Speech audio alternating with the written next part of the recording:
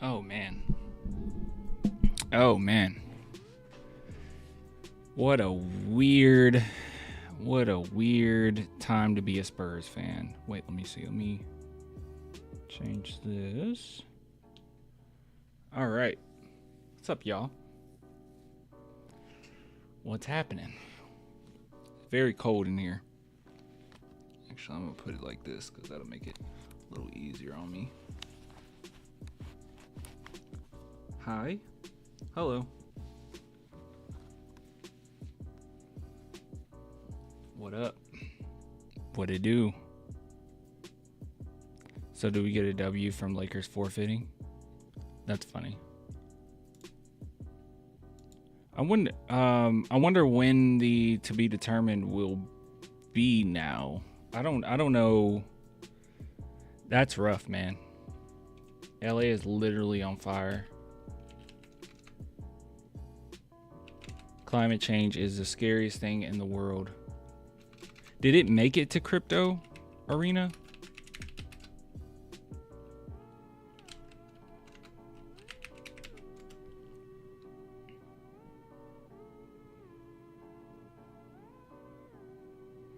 JJ Redick lost his home.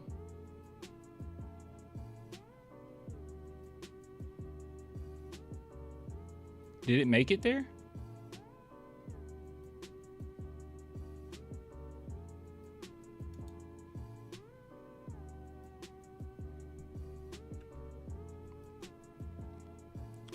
That's tough. Hey, Clan, do you think that we're making a trade before the deadline? I think so. I think the Spurs are going to do something. But as far as like the big trades, like trying to go after Fox or whatnot, that probably won't be till the offseason because there has been no news recently that they're even interested in trading them. So it seems like they're holding out. But it's so obvious he doesn't want to be there. And it's so obvious a trade is inevitable. I get that they have to play 2 and 2 in each city, but couldn't they have made an exception due to the circumstances? I suppose. I don't know what the contracts look like, you know, how that works. It's unfair, you know. It's definitely unfair. And I mean, even though I don't think it makes that big, well, no, actually, I think it does make a big difference for the Lakers. They can use every win that they can get. But, you know, you can't just start saying, okay, well, this one's postponed. I mean, would you do it for normal weather? If something gets postponed, like, okay, now we're going to play it at your house? You know, I don't know. It's really unfortunate. I pray for all the people that lost their homes from the fires in California area. Yeah, dude. It's tough. It's definitely, yeah, climate change is real. It's very scary. How old is your car? My car? It's a 2020? Was Monday's game postponed as well? I don't think that they said anything about Monday's game. Spurs, Lakers. But, I mean, we can make the assumption that it's going to be postponed, right? Like,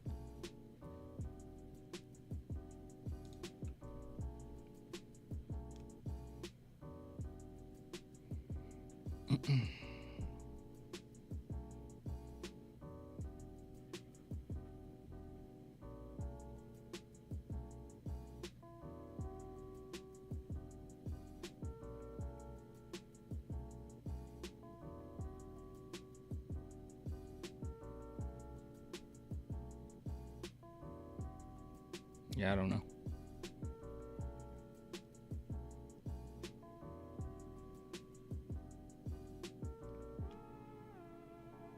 Oh, my cat. She is, where is she? She's laying in the bed right now. She's, when did I get her? 2016? So, how old is she? Like 8 years old?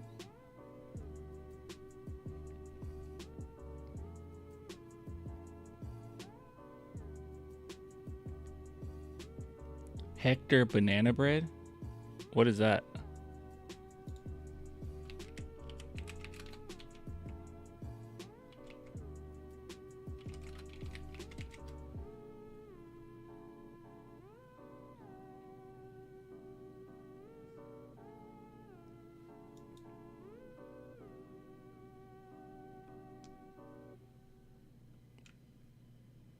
What?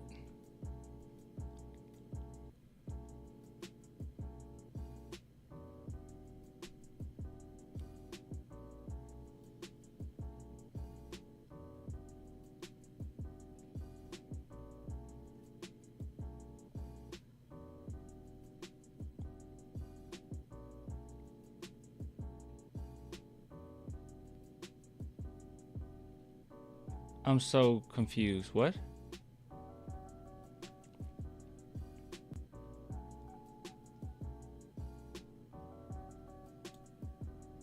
This is strange. So, okay, so you guys asked me about Hector Banana Bread. I have no idea what this is. How Vic became Hector Banana Bread. Explained. Let's see here. There's a new star everyone's talking about, Hector Banana Bread. Okay, he's not new, but he definitely is a star, and after this blog, you'll never forget his new nickname. Okay.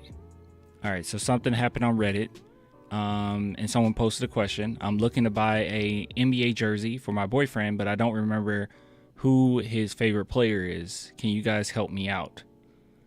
What followed was a set of clues that put NBA fans in the middle of a game of Guess Who. All right, so here's the clues. My boyfriend is 21. My boyfriend is a fan of the Lakers. We live in Dallas, but my boyfriend was born in Florida but was raised in Georgia. He sometimes attends Mavs games. I'm absolutely certain this player is still in the NBA. This one is pretty dumb, but I vaguely remember that the player name sounded like Hector Banana Bread. However, if I put the name into Google, I just get banana bread recipes, so the name is probably way off. This isn't real. Anyways, can anyone figure who the player is? It's going to take a miracle, but I'm praying. All right, let's see. The first 4 clues don't do much to narrow down the suspect pool. A 20-something Laker fan who is most common NBA demographics, but then you added in the fact that he's from Florida, raised what, like, okay, could this be LeBron James? Could it be Kyrie Irving? Could it be Anthony? Yeah. Let's see. But pretty quickly, everyone settled on Victor Wembanyama as the banana bread, and mystery was confirmed, solved. Okay. The player is most likely Victor Wembanyama, the user wrote, thanks to another Redditor who prompted me to ask my boyfriend if he liked the Spurs, to which he replied, yes, my favorite player is on the team. This is stupid. He would just say that's my favorite player is Victor. Like, what are we doing? There goes the surprise factor of my gift, I guess. Oh, here we go. We got... Oh, Basketball Forever posted this too? This became that big? Hector Banana Bread is the only thing that made me truly smile in days. That's on Blue Sky. Follow me on Blue Sky, by the way. Hector Banana Bread is the one thing that makes things that make this app feel like OG basketball Twitter. Hector Banana Bread. Doesn't even sound like. What a weird story. There you have it. Victor Wembanyama is now. So apparently this went viral and I knew nothing about it. Okay. That's cool, I guess. It's weird. It's strange. It's different. I like different. I like strange. I'm not mad at it. I'm not mad at that. All right. Thank you for telling us about this. Did you watch Brunson and Hart podcast speaking on playing against Victor? Is that new?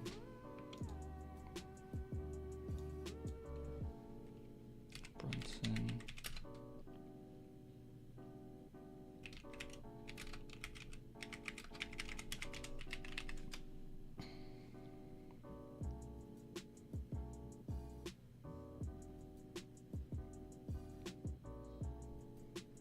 Oh, this? 9 months ago?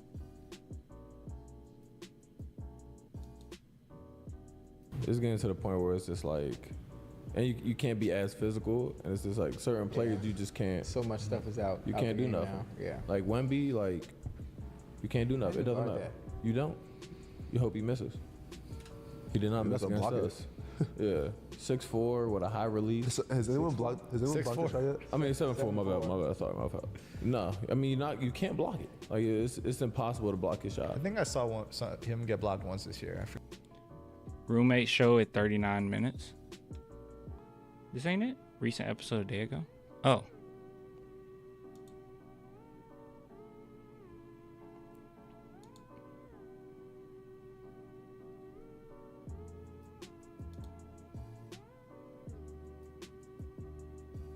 Oh, your butt.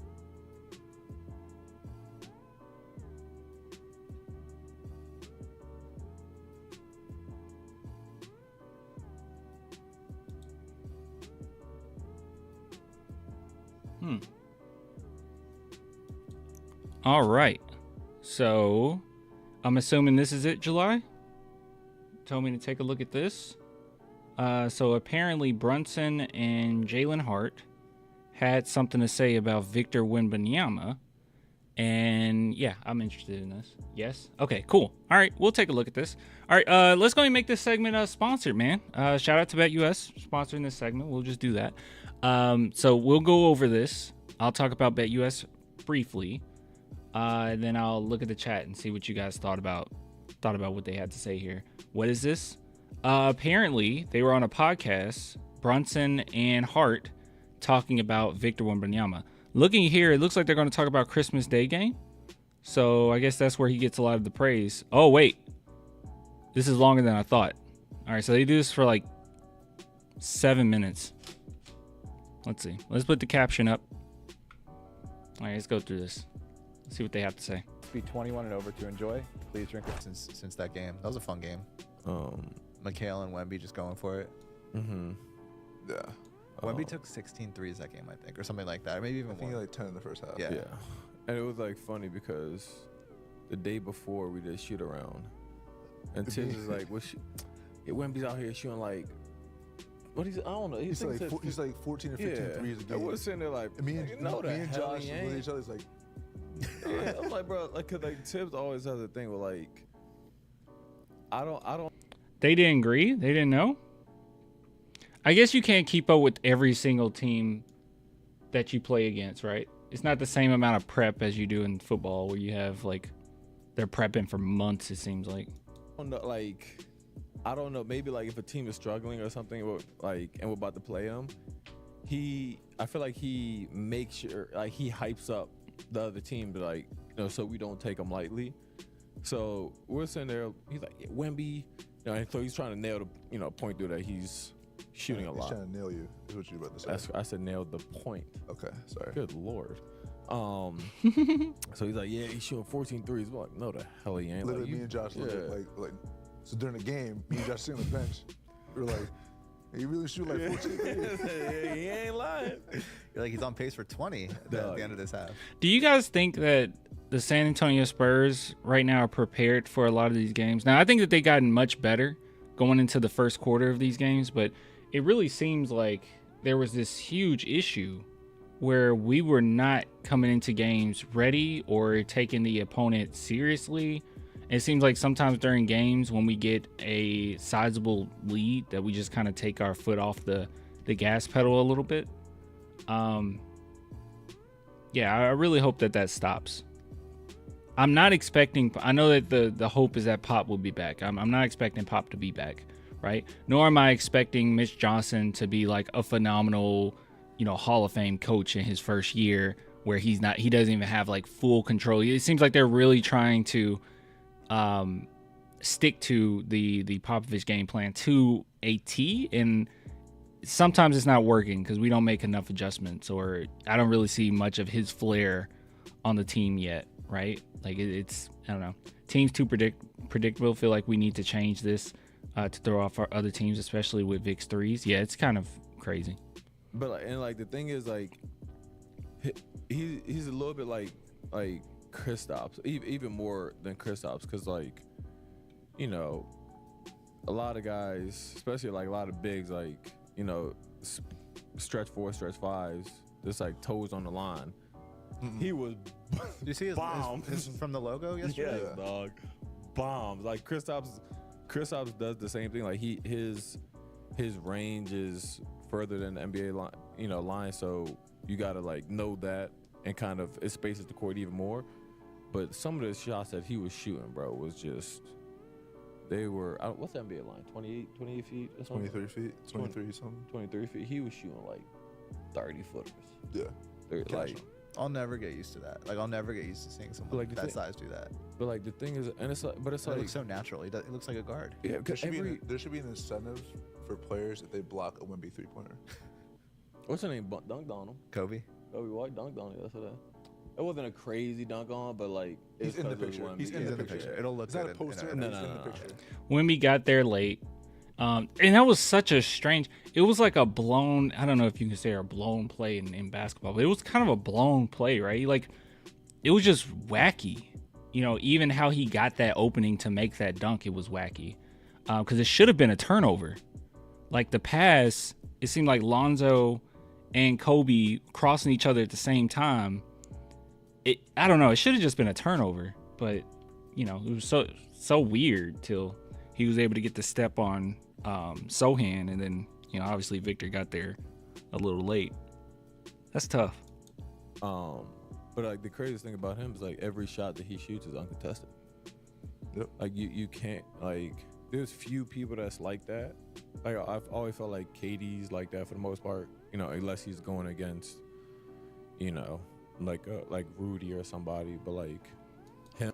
When Pop has bad rotations, it's the name development. When Mitch does it, Mitch is just bad. I don't think that's really the narrative. I think at least for me, when I see Pop in bad rotations, I just say that was a pretty bad rotation, right? Like sometimes I just don't really understand it, but then in other times it does make a little bit of sense, right?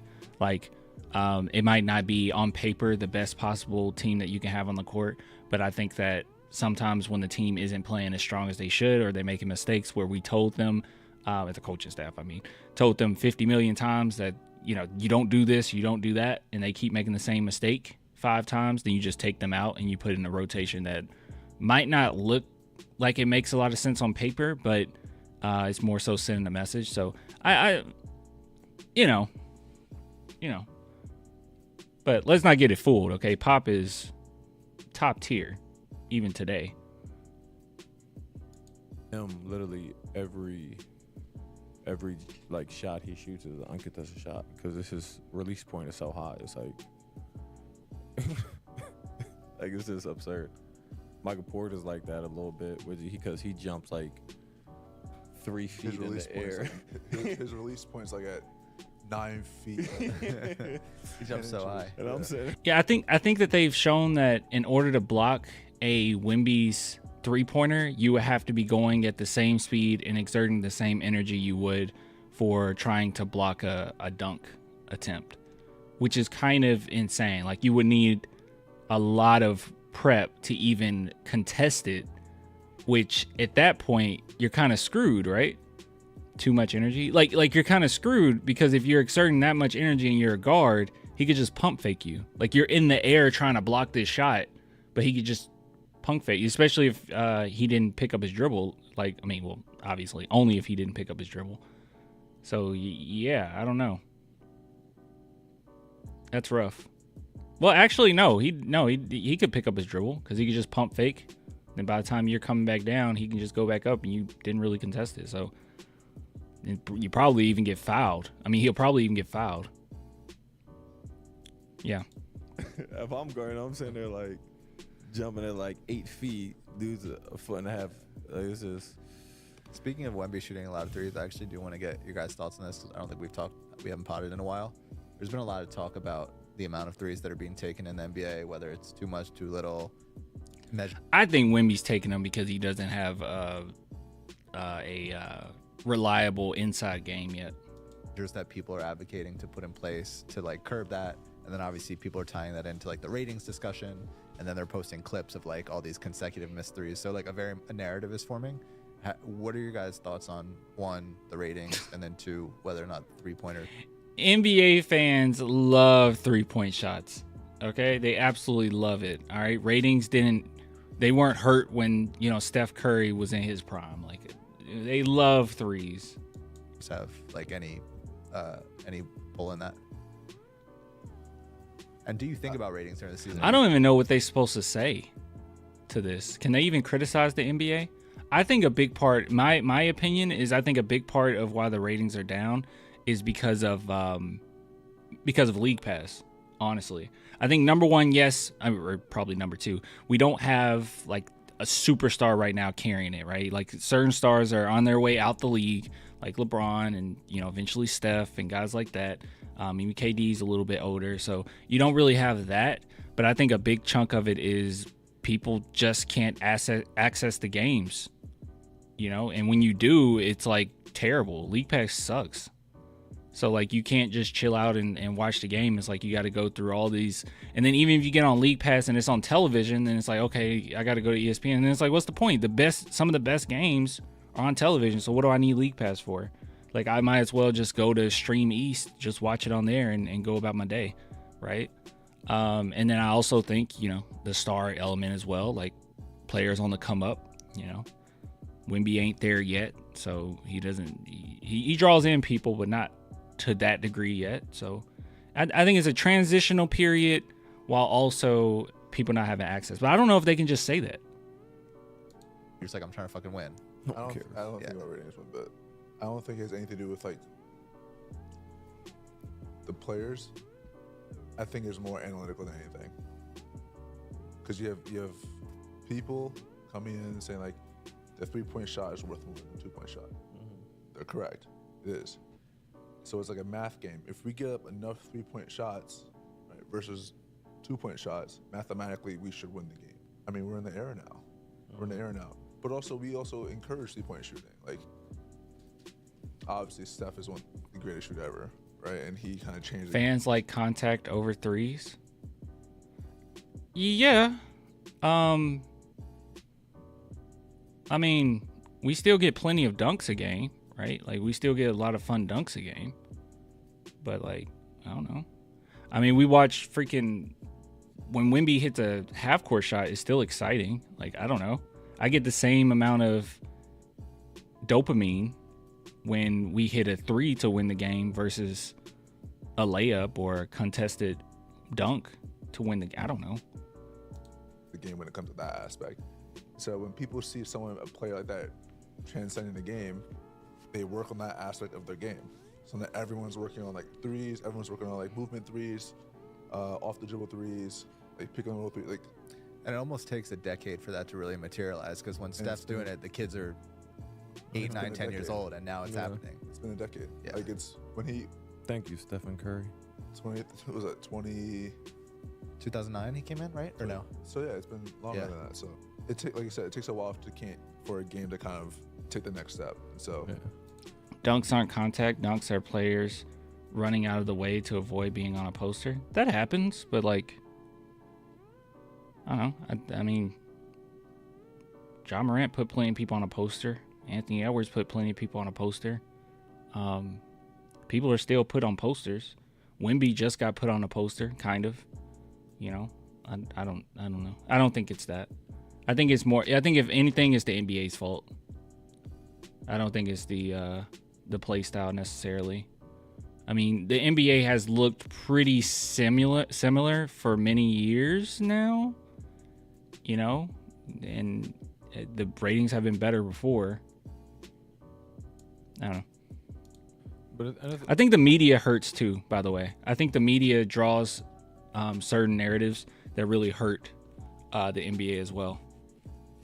And it's like also like no matter what, like if you take several minutes, like a minute or two clips from games spread out across the league, like you can do that 20 years ago and see like 3 guys miss layups and like have a 2 turnovers, and you're like, oh, they were terrible back then. It's not what it actually is. Like the product is not that, but like guys are more skilled now than ever before. Everyone wants to highlight that, and then they go and search for bad possession like that and then post it just for, you know, engagement on social media. But I mean, you know, we're just in, like he said, we're just in that era. Now it's like, what if you shoot like 36%, like numbers wise, I don't know what it is, but it's like you shoot 36%, on threes. That's the same as shooting like 50% from two. It's like something like that. So it's like, it's just it's what it is now. Exactly. Rubber ducky. That's exactly what I'm saying. I think the media. So those are my three things. I think number one, we're in transitional period as far as stars. I think number two, the NBA does not allow games to be accessible to anybody. Anybody really. Nobody likes NBA League Pass. It's terrible. It sucks. It crashes all the time. You can't watch certain games if they're already on television. It's just like, what's the point, right? You can just find it on Stream East, get the same quality, and go about your day. And number three, what you just said, and what I said as well, the media craps on the product. Like, if the media is constantly crapping on the product, like a casual, if just turns on, I don't watch ESPN or whatever, but you turn on ESPN or Fox Sports or whatever, and they're like, this is trash. The NBA is this today. Da, da, da, da, da. And, a lot of old heads jump on there and just say wild stuff. Yeah, people aren't going to tune in. They're like, what's the point? Yeah, you're right. It sucks. I mean, it seems like all Charles Barkley does now is just like cry about how the NBA is played. Especially Shaq too. Just cries about it. I don't know. Do you feel like it's going to take a Steph-like player to transcend the game in a different way to kind of shift the pendulum back? I think people are getting more athletic and getting more versatile to where, like... The competitiveness is there. That's all I'm trying to say. The competitiveness is still there. Guys that want to compete will compete. I don't think that the NBA is just soft nowadays or whatnot. It might be played slightly different, but the NBA isn't football, okay? It doesn't supposed to be football, right? Like, people will go back and talk about the Bad Boys Pistons as if that was the epitome of what basketball should be, and it wasn't. That's not bad. That's not skill. What the Bad Boy Pistons did was not skill. That was defensively. That is that was just. Yeah, no, you should be suspended how they played. That's not good basketball. You don't want to be injuring like star players just for the sake of just so we can say it's physical. Basketball wasn't created that way. At some point, we're not gonna have positions anymore. We're gonna have a bunch of 6-7 players in the starting lineup who all do the same thing. Yeah. AKA the Boston Celtics. Yeah, but I'll tell you what. I don't think we all care about the ratings. I mean, we just got like new NBA, like new TV deals going, like NBC, Amazon, like. Yeah, I think this Amazon stuff is probably gonna be better. Like, everyone wants to, like, the NBA is like a global product. Everybody wants to watch the NBA, like, especially now. Like, obviously we're in January, but like, it's gonna start heating up. Wasn't the Christmas Day? Christmas Day had a really good ratings, right? Mm-hmm. So I saw that. I mean. People need something to talk about. Exactly. Yeah. Although Bron called the NFL out after that, so I feel like the NFL is going to come with something crazy next year for Christmas. Now Roger Goodell's going to. You're going to see you're going to see crazy matchups, and you're going to see they're going to make sure those games are close. Like, it's either going to be shootout where it's like, what was it, like the Rams and who was it, like Chiefs, like several years ago, it was like 56-54. It's like you're going to have. Okay, they're going into another topic now. All right, so I see a few in here, a few comments in here that I definitely want to respond to. So we'll get to that. Before we do, just really quick, okay, super brief. Shout out to BetUS for sponsoring this segment, as always. So if you guys are interested at all, BetUS now has a casino, so you can check that out if you are interested whatsoever. So that's live casino dealers, live slots, all that good stuff.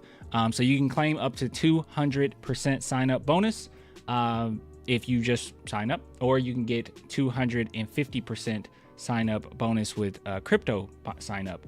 So it's up to $5,000. So you guys interested in that, please head on over to betus.com/casino. All right, let me go ahead and take a look at some of these comments here, because that was, hey Clan, by the way, what's up, man? Clan the advertising man, I know, right? Let's see. All right, so this is somebody from Taiwan. He says, I don't know about the US, but I'm in Taiwan right now. Actually, we'll just have this play just for a visual. Let's go back to. They talked about GTA 6. I kind of want to see that, but it's okay. I don't know about the U.S., but in Taiwan right now, or I'm in Taiwan right now, and the NBA League Pass is great. So, yeah.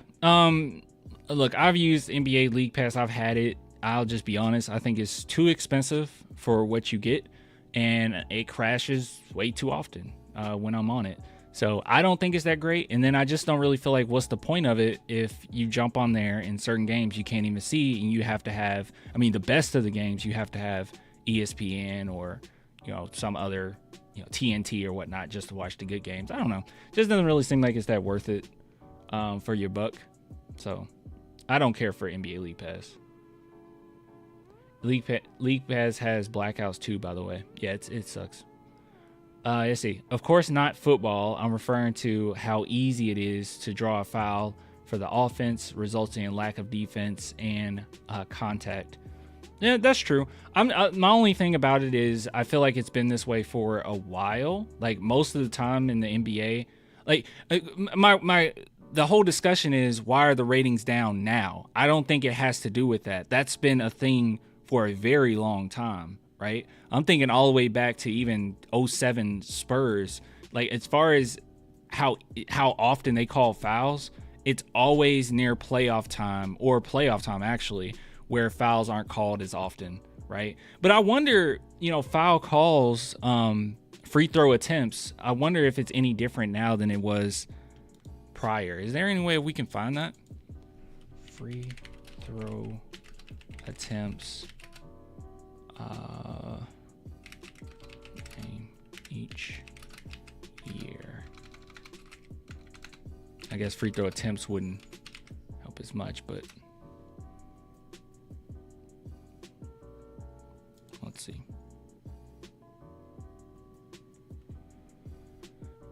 All right. Free throw attempts.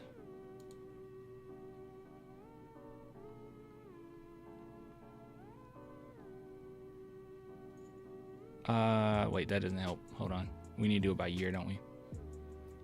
All right, let's see here. So this year, free throw attempts. All right, that's what we're looking at. Free throw attempts about 22. Last year was 22. The year before that was 24. Year before that was 22. Year before that was 22. Year before that was 23, 23, 22, 23, 23, 22, 23, 22, 22. The last time it was, that's 24. That's still about the same. Yeah, I mean, free throw attempts are lower, but that could also be due to the sheer amount of threes that are taken nowadays. So there's that. But as far as the whistle being called, it's not called as often, but yeah. Guess this isn't a great metric because there's other things you got to keep in mind. But as far as free throw attempts in general, how often they're blowing that whistle on a foul to get you to the line, it's been about the same for the past 15 years. Yeah, for past like 15 years. So I don't know. Let's look at 3-point attempts. Yeah, and you can see 3-point attempts have just gone up over the years. So 18 in 2010, 2020, or 20 in 2012, 21, 22, 24, 27, 29, 32, 34, 34, 35, 34, 35, 38. Yeah, they take a lot of 3-point attempts. So that's probably a big part of it as well. I don't know. I feel, me personally, guys, I think the product is still good. Like, I've come across some really good NBA games. It's just not as fun right now because we don't have any crazy rivalries. We don't have, I mean, we got some star players, but they're more so on the come up, right? SGA isn't like a household name yet. Wemby as I mean, all NBA player or people know about Wemby, but he's not a household name yet. You know, it's a transitional period. It's a transitional period. You know. Let's see. It was something else that I saw that I wanted to respond to. I'd watch more games if it was easier to watch. Exactly. That's my whole thing. I think that's a big part of it. You got to blame the NBA here. We can't start saying, like, I think you're just jumping to conclusions when you start just saying, well, the league is too soft nowadays. That's why. It's like, no, I mean, you might feel that way, you know, but I don't think that there's enough evidence on why people aren't watching basketball. You know, young people love basketball. They love the NBA. I mean, you look at the amount of sales from 2K, even though that game will just strip the life out of you, the amount of microtransactions. But 2K, like, people want to play NBA games. They want to play like Steph. They want to play like Wemby. And, you know, the play style in of itself, a lot of young coaches, young players, you know, they're starting to implement that into their game because that's what's viable right now. So, I mean, people love basketball.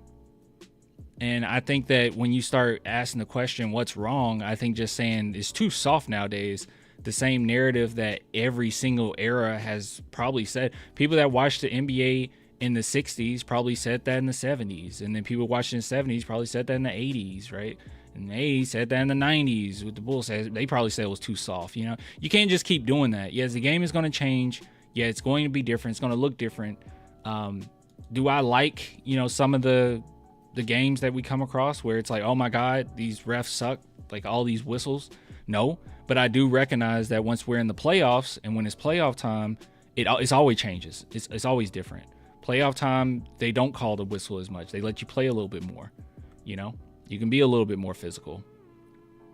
But the NBA and the basketball in general was never really made to be a pure contact heavy sport.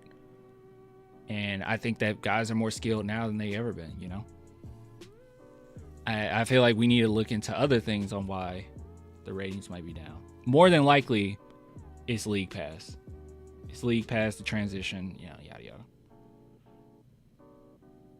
Let's see. When Wemby gets stronger in the near future, he will average at least 10 free throws per game. Sochan is skilled Dennis Rodman 2.0. For sure. Why do ratings, Rubber Ducky says, why do ratings being down even matter, at least for the media? If Adam Silver or the NBA needs to address it, sure, but Shaq and Barkley and other media groups don't need to give their thoughts. I don't understand that either. And it always comes down to, you know, how you feel about it, right? If you already don't like something and there's negative news about it, obviously you're gonna, like, if there's a freaking, I don't know, a YouTuber, right, like PewDiePie, like me for instance, I'm not the biggest fan of PewDiePie, right? I mean, I don't hate him or anything, but like I don't really like him that much. And if I heard that, oh my God, PewDiePie's YouTube channel is struggling or whatnot, then I would jump to the conclusion that, oh yeah, see, other people see what I see. They don't like the, you know, I don't know. And there's a lot of channels or YouTube channels out there that does like the downfall of this person, the downfall of this. And it's really just, you already felt that way. And the evidence that they give isn't really great evidence. It's just, you didn't really like them to begin with, right? So I feel the same thing with something like this, where you jump to conclusions. You say, oh my God, the ratings are lower. Why are the ratings lower? And you jump to, well, they're soft. I don't know about that. I mean, and I'll say this. I did watch the finals and I didn't really like it. I was kind of bored because the Boston Celtics aren't just really that fun to watch, but I wasn't watching it like thinking, oh, there should be more contact. Like it was just boring to me, you know? Just wasn't that fun to me. It just felt it was a lot of ISO ball. They were obviously more talented. But yeah, you just kind of already knew who was going to win the finals.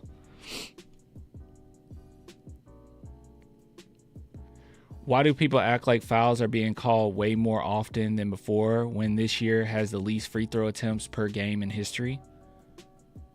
Oh, wait, is it the least in history? Hold on. It is the least in history. I don't know, man. That's why I brought this up, you know?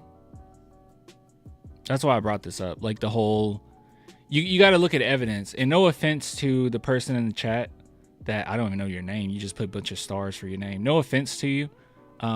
Like, I don't think that you mean any harm or anything by this, but you definitely came into it with a little bit of a bias where you're just like, the NBA, it needs more contact, all these fouls called. But when you look at the evidence here, that's not necessarily the case, you know? They aren't calling as often. So it's good to look into things a little bit more, you know, to either affirm or disprove what you think, you know? That's conflating. I didn't say more are called. I said easier to draw. What?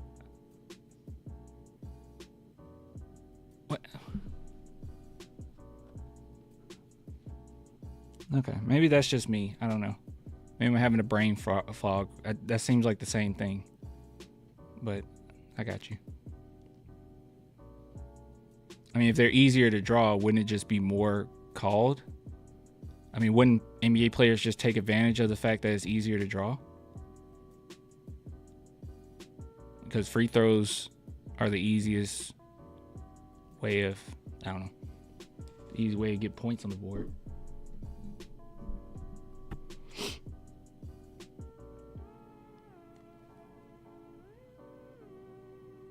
And easier to draw in the past, in my opinion.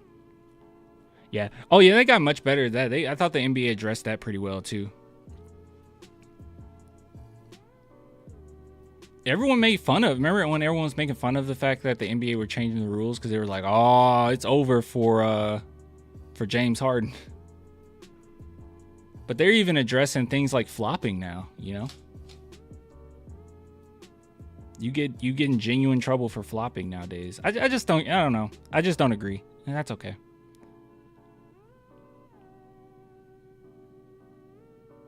I just feel like the NBA should allow authenticity. Obviously, kids matter, but dropping media training and being allowed to throw shots and be allowed to speak your mind.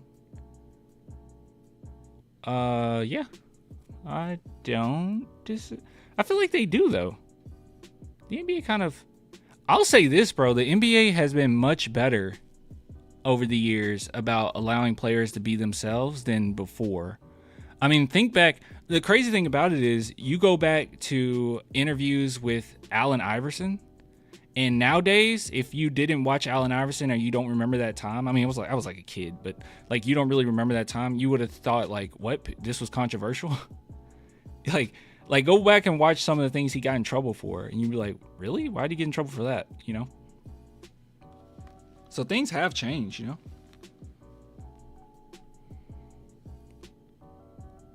You say you don't gotta agree. Thanks for entertaining the discussion. Yeah, man. You're cool. The outcome is less defense, so fouls aren't drawn. I got you.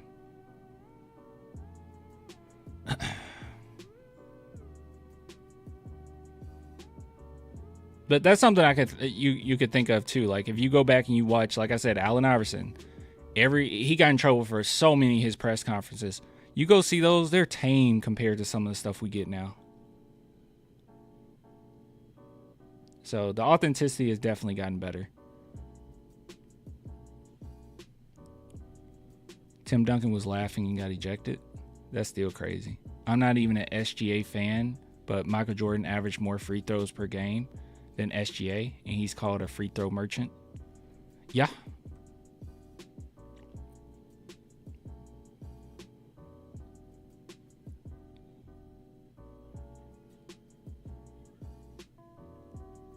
What did July say? July.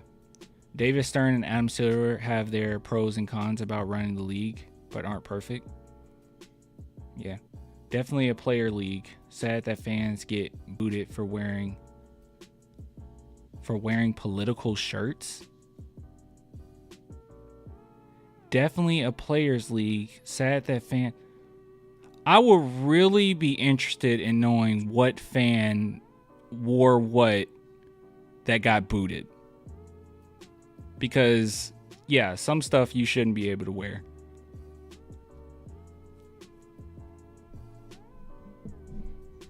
Clan, did you see Wemby dunking from the free throw line? That was last year, wasn't it?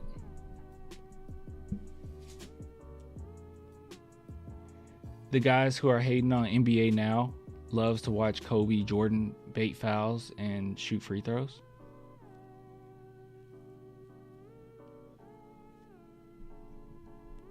I remember 2000s NBA people were always complaining about the best team, Spurs, being boring. That's true. Everyone hated the Spurs around that time. Everyone thought we were boring.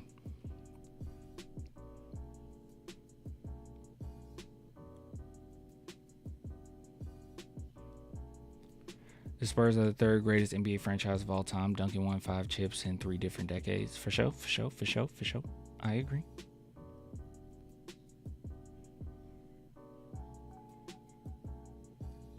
All right. I'm in the segment. That was good. Thanks for showing me that. That was definitely interesting. Josh and Jalen talking it up. That was definitely interesting. Anyways, big shout out to BetUS for sponsoring this segment.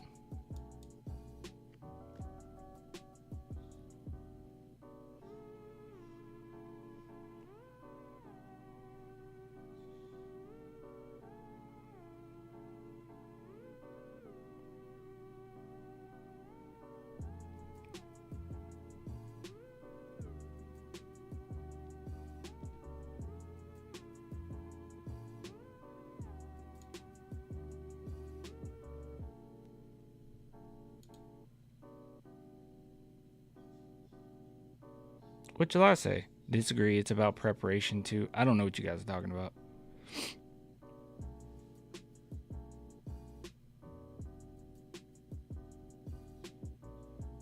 Is revisionist history that the 2000s were a golden era of basketball? Yeah, the NBA has only gotten more skilled over the years. As different, like, no one can tell me. I'm just not convinced, man. I'm not convinced with those, like, reactionary tendencies just to say the NBA is soft now, this is better in my day. That I'm not convinced by any of that. I'm just not. There's a reason for everything, and the reason usually doesn't pertain to just your feelings, you know? Like for instance, I could say right now, like, you know, I could say cartoons were better in my day than, you know, they are now, which I do agree with that. I do think that, but at the same time, there's reasons why I believe that rather than just saying the ones that are made today suck. Not true. I think that a lot of animated stuff today that are great is usually tailored towards adults, whereas when I was a kid, it was the whole competition between Nickelodeon and Cartoon Network. Now that we have streaming, it's a little bit different. It's just not the same. You don't get that same amount of competition. Things just look a little different now. But I don't know. But I could easily just say they just don't make them like they used to. And this. No, they still make really great cartoons out there. And then it's more accessible too. So like lots of people can just kind of get into it now.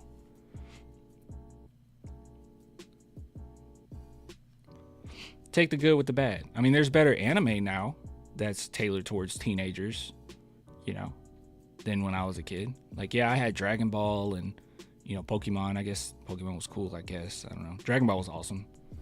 But, like, nowadays, it's like, wow. You have bangers, like, every year now. You have, like, 3 to 4 great anime a year now. And that was not a thing back then. So, yeah, while I don't have my Y7 cartoons, like, back in the day, you still get great stuff. You just take the bad with the good, man. And the NBA isn't worse now. It's more skilled than it's ever been. But, you know, if they want to keep players, protect players a little bit more, they can. But there's no real evidence of that either, because as far as the, you know, fouls being called, it doesn't get called as often. I'm still on Death Note. Oh, that's awesome, Chris. I didn't know you were in here.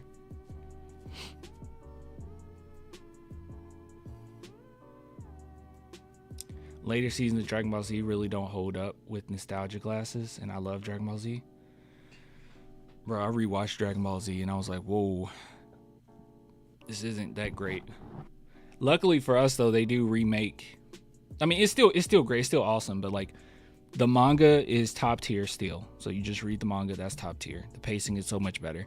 And then on top of it, you know, Toei Animation is constantly like redrawing or reanimating those moments that makes it even more awesome. I wish they would just remake Dragon Ball Z, really.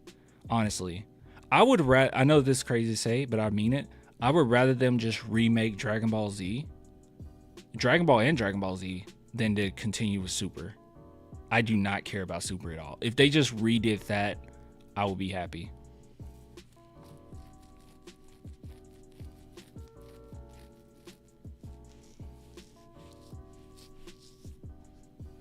Super's bad, bro. Super is not good. I had a discussion with my cousin about that. My cousin was like, "No, Super was cool." I'm like, I started breaking down certain things to him, and he was like, "Oh yeah, you're right. That doesn't make sense." I was like, "I know it doesn't make sense. The power scaling in Super is like, what's even happening? Like, who's stronger than who? What's the point of Super Saiyan Blue other than to sell merchandise? It is the worst transformation ever. Super Saiyan God's cool. God is cool, but like Super Saiyan Blue is just dumb to me. They should have never done that. You can see even Kira Toriyama say, let's go back to the basics, right? Now we're looking at Super Saiyan 3 Vegeta like, oh my god, this is awesome. It's like, it shouldn't have gone as far as it did. They made Trunks worse. I don't know what was going on with that. The stakes just aren't there. Did you see Toei drop the ball on the dub? What you mean?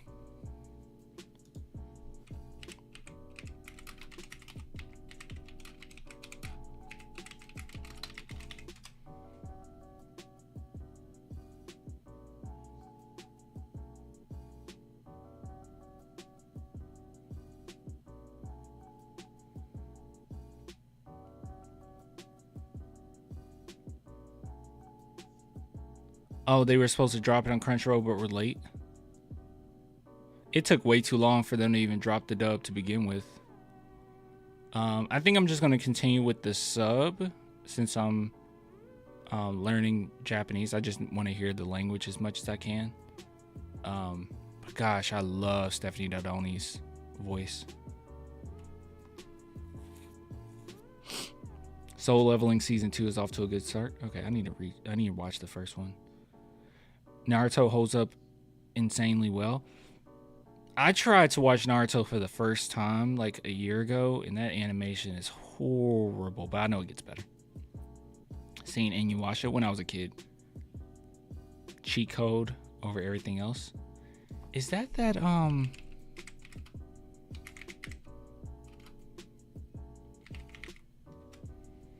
Is that show that was like 3-dimensional or...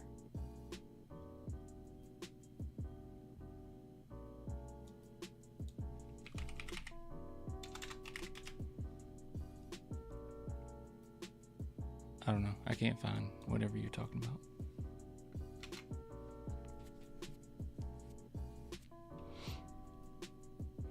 Inuyasha, a good anime to watch with your girlfriend? Yeah, Inuyasha is good. Oh yeah, Kaiju number 8. I started that. I need to get back on that. Don Da Don is really good. It is, dude. It's awesome. I used to be one of the kids that despised anime. Now I'm obsessed. You probably was a kid that despised anime because anime fans are despisable. Anime kids were so annoying. I was always an anime fan, but I wasn't an anime kid, if you know what I mean. They're almost as exactly that, yeah. They're almost as bad as those Sonic fans. Like Sonic kids. Oh my god. Naruto turned my life around. That's what's up, dude. I need to watch Naruto. Naruto.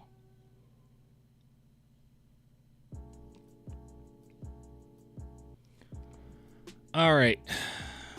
So, something else I wanted to talk about. All right.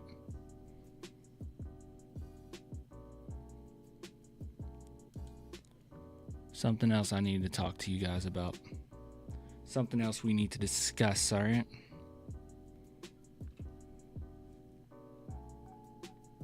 Cooper Flag is better than Devin Vassell? Yeah.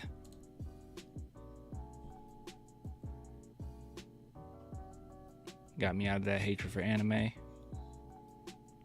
How far did you go with Naruto? I didn't go that far. I got to the first Rock Lee fight, which was awesome. Rock Lee became a fan of, I became a fan of Rock Lee. Which the animation was like 10 times better during that. But after that, that's it. I haven't gone that far. You almost done with Daima Sub? I caught up.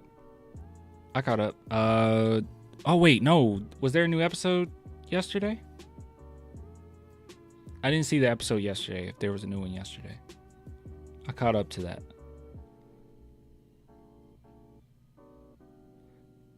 Sasuke versus Naruto, better than Goku versus Vegeta.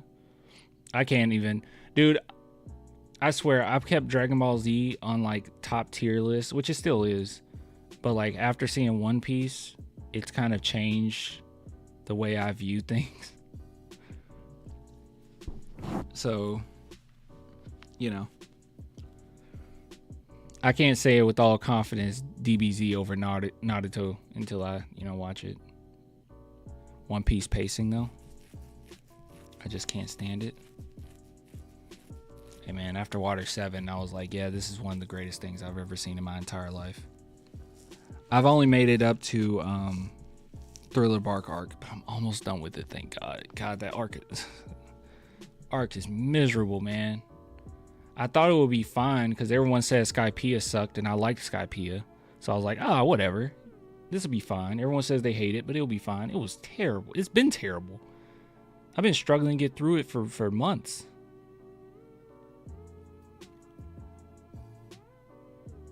Hardest fight scenes are the Ninja War arc.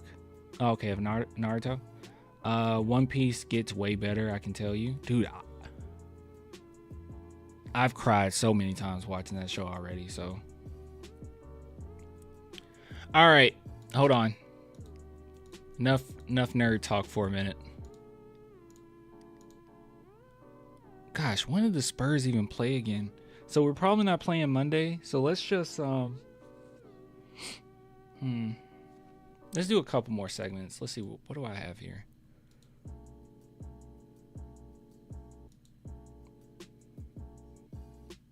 Okay. All right, guys. Yeah, the Spurs probably aren't going to play on Monday either. But we'll see. We'll see what happens. But they probably should just postpone it. Probably Wednesday, right? Yeah, we probably won't see the Spurs until Wednesday.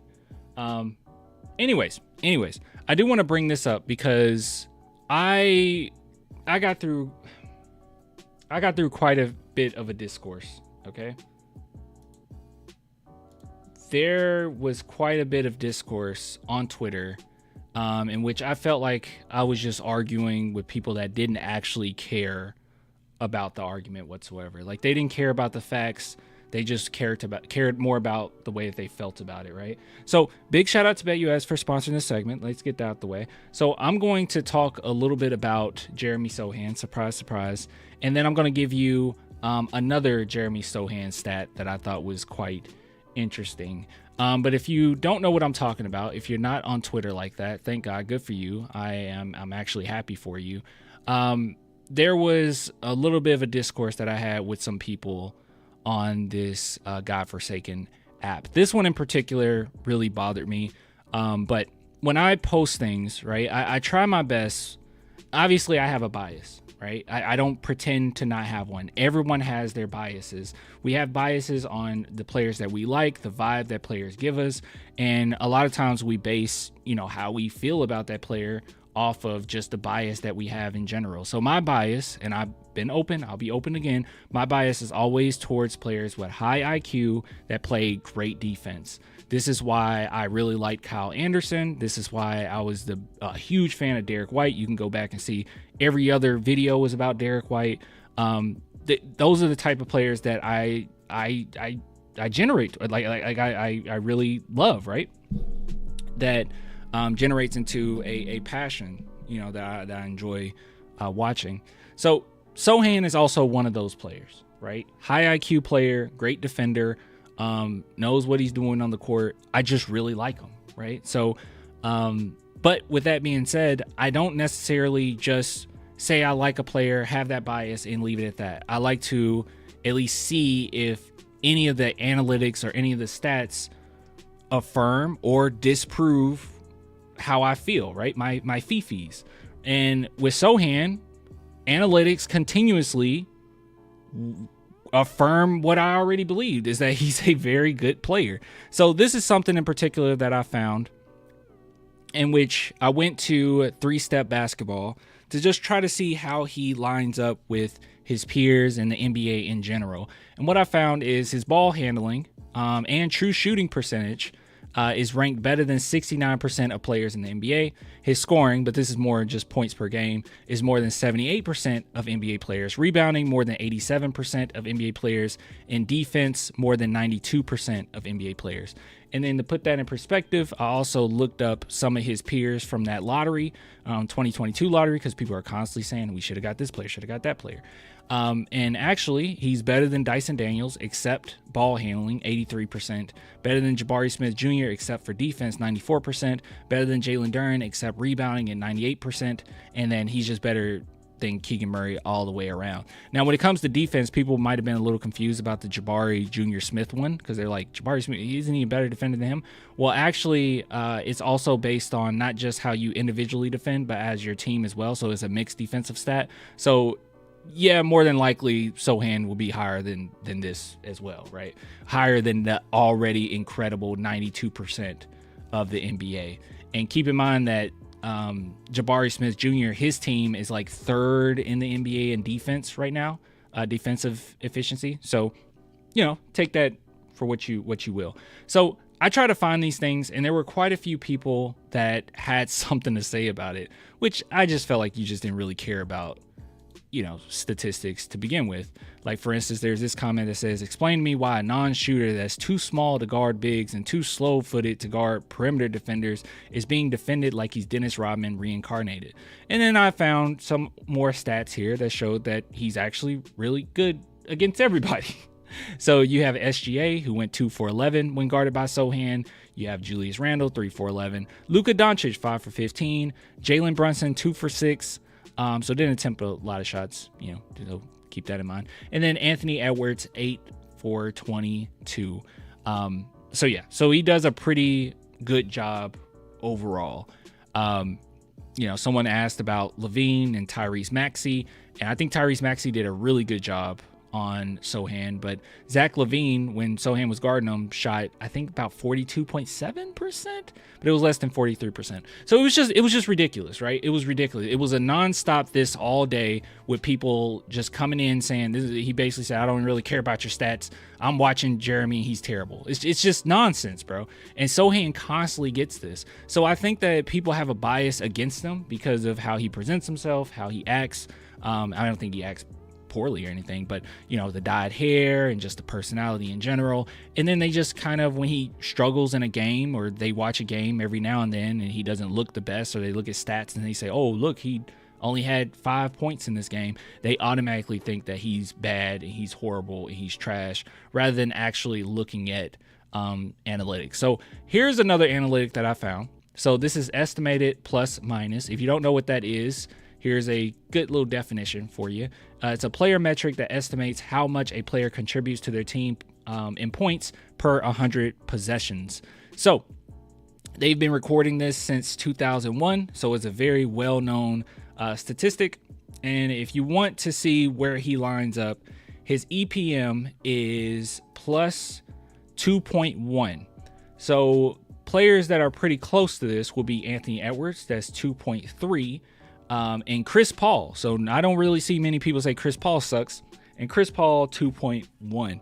Now you're probably wondering, where's Wemby? Guys, you want to see how good Wemby is? He's third in the NBA in EPM. Third in the NBA from Victor. Good God. That's better than Luka. That's better than Tatum. That's better than Sabonis. That's better than Giannis.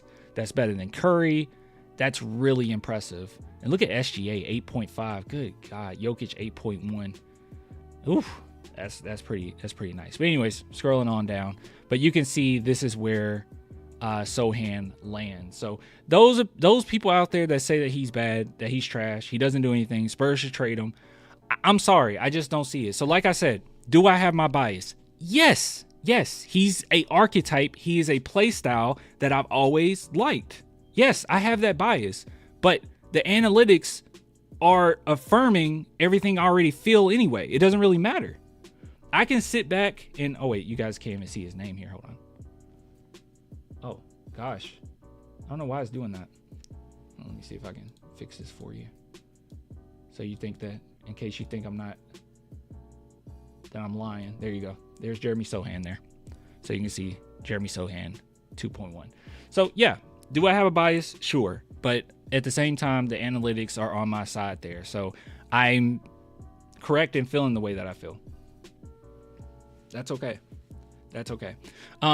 So anyways, so before we get into the other stat that I wanted to show you pertaining to Sochan, really quick, big shout out to BetUS for sponsoring this segment and sponsoring this channel.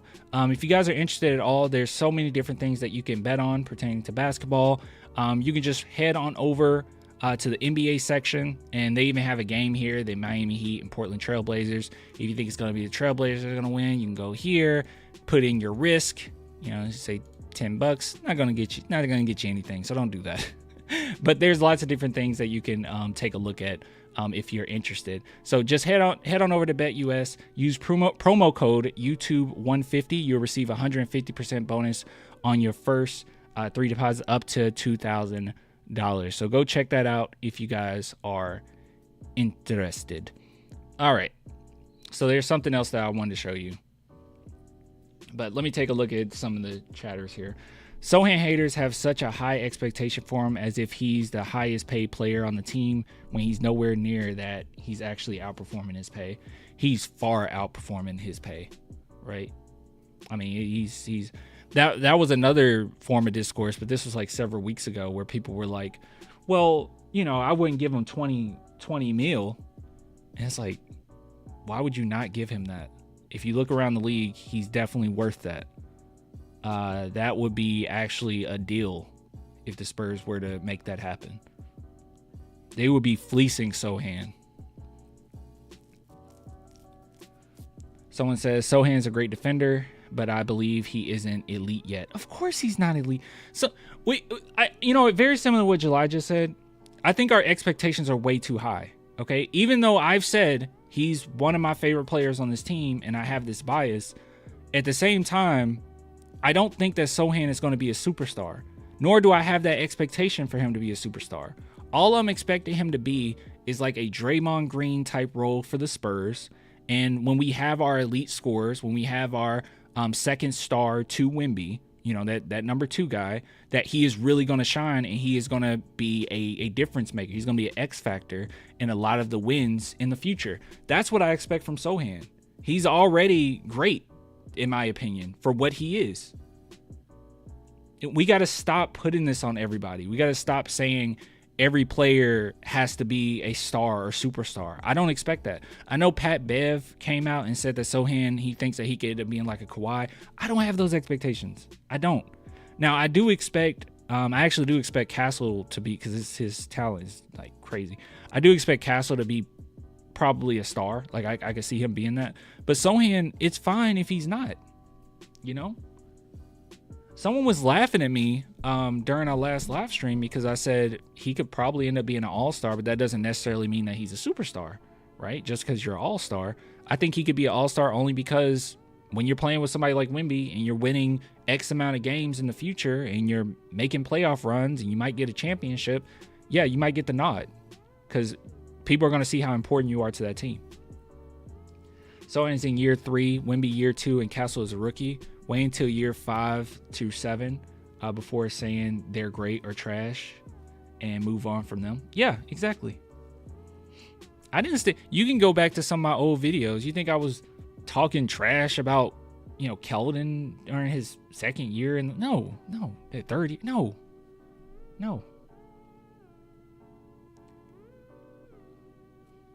Clan, check out the Darko stat of Sochan. You'll be surprised of his improvement. Can you drop that in the chat and we can take a look at that? Because I wanted to show you guys this. So here's another stat. So I would love for people to try to convince us that this doesn't matter. So here are the top 5 pick and rollers in the NBA. So when we're talking about offense, here you go. So these are points per possession, and you can see Sochan is right in the middle of some of the best scorers off of pick and rolls in the NBA. Number 3. So he's better than Sabonis, better than Jared Allen, and right there tied with Nikola Jokic and basically tied with Karl Anthony Towns. Saw this earlier today. Dope. It's really impressive. It's really impressive. He said, I like how Sochan is a good rebounder now. He's a good overall player. He does a lot of good things. Pretty big names too. It really is. It really is. So, this is another stat here. Just, if you want to use against any Sochan haters that just say he's trash. I don't know. It just seems like there's no analytics that I've seen that support people's arguments against them. And that's my thing.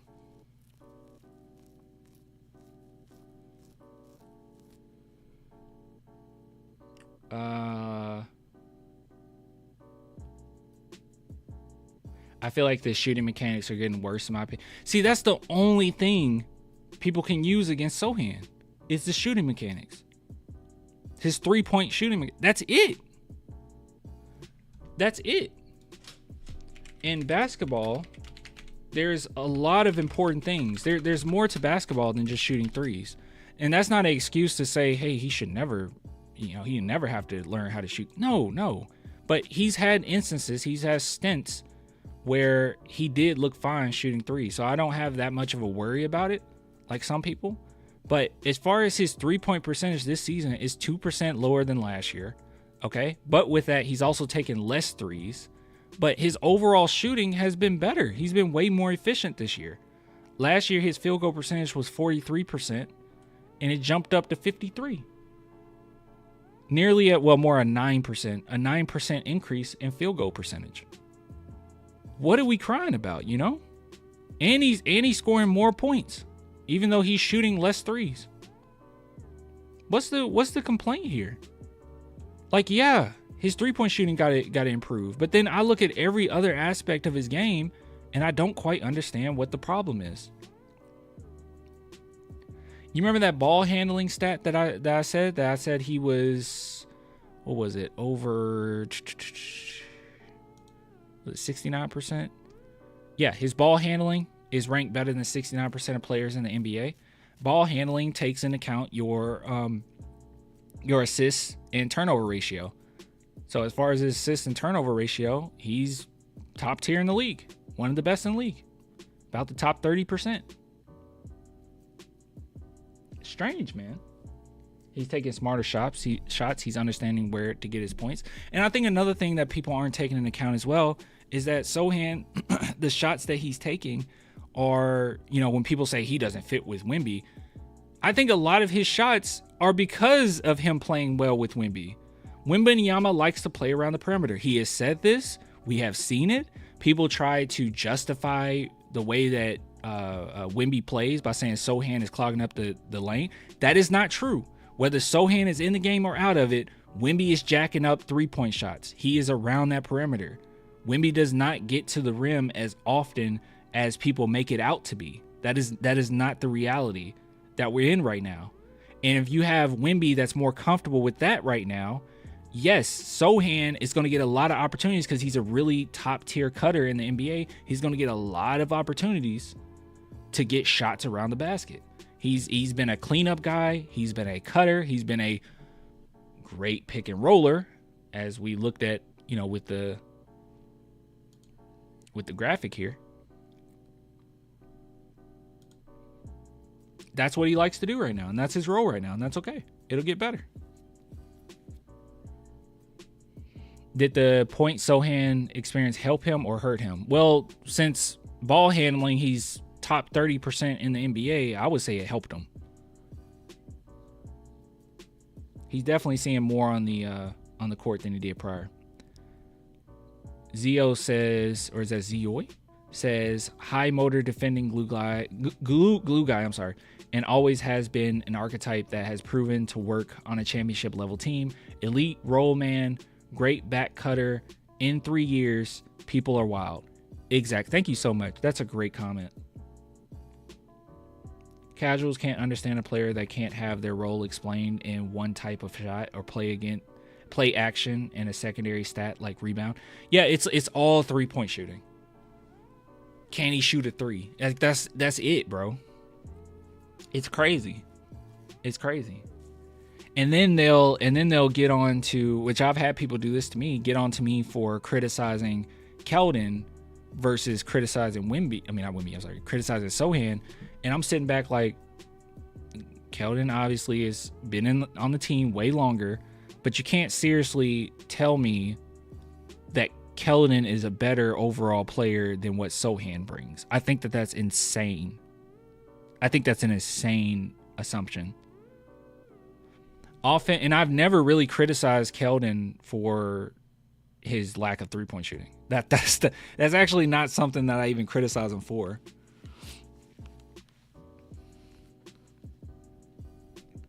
I criticize him for his tunnel vision. I criticize him for his defense. I criticize it's other things. But it's never been like, I don't know. It's just not that simple. Let me see if I can find this dark, because I don't know if you dropped it in the chat.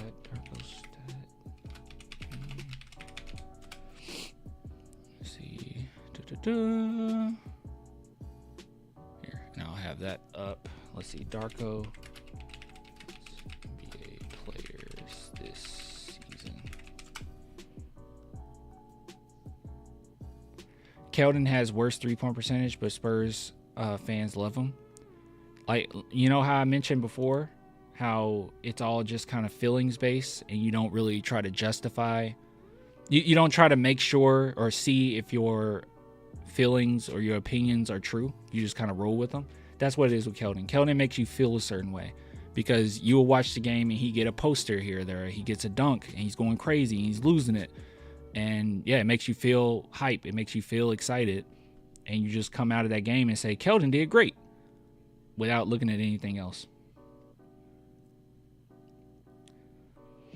He's one of the worst shooters right now. I think Keldon is listed as the 7th worst 3-point shooter in the NBA. Or outside shooter in the NBA.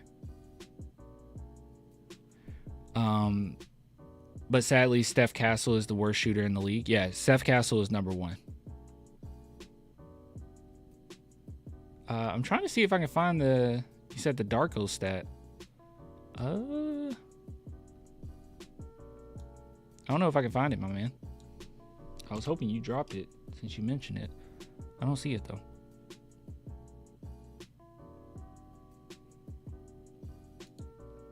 Oh, is this it?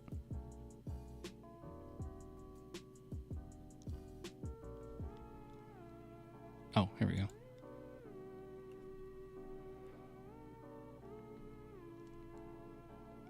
He's not top 22.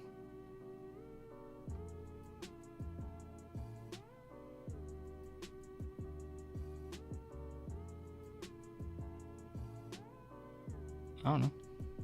I don't see him on here. Or were you talking about Wemby? Wemby's 6. You might have been talking about Wemby earlier. Yeah, he might have been talking about Wemby.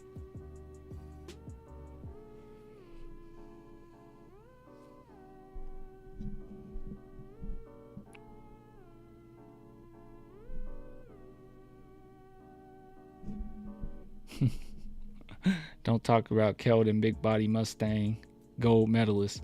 Man, they love doing that. They love doing that.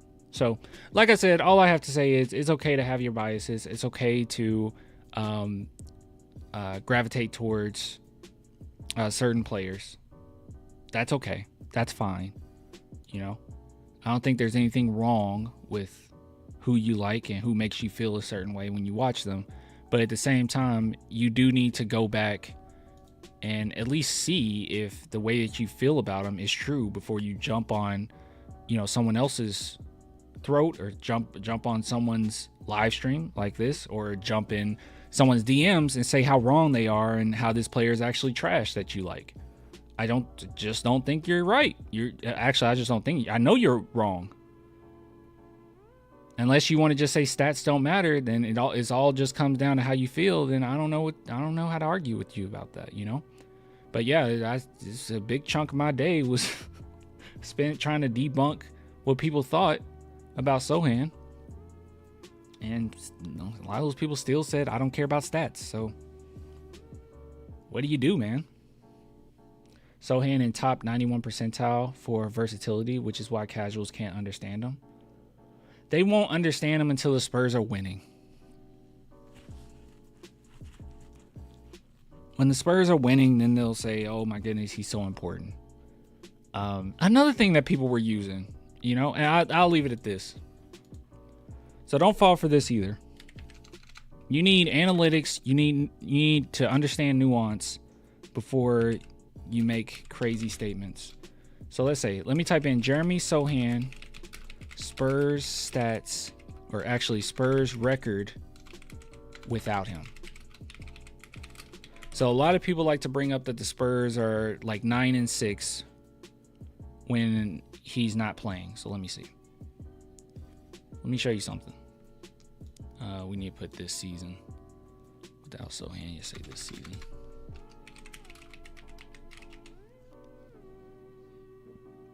Gosh, it's gonna work.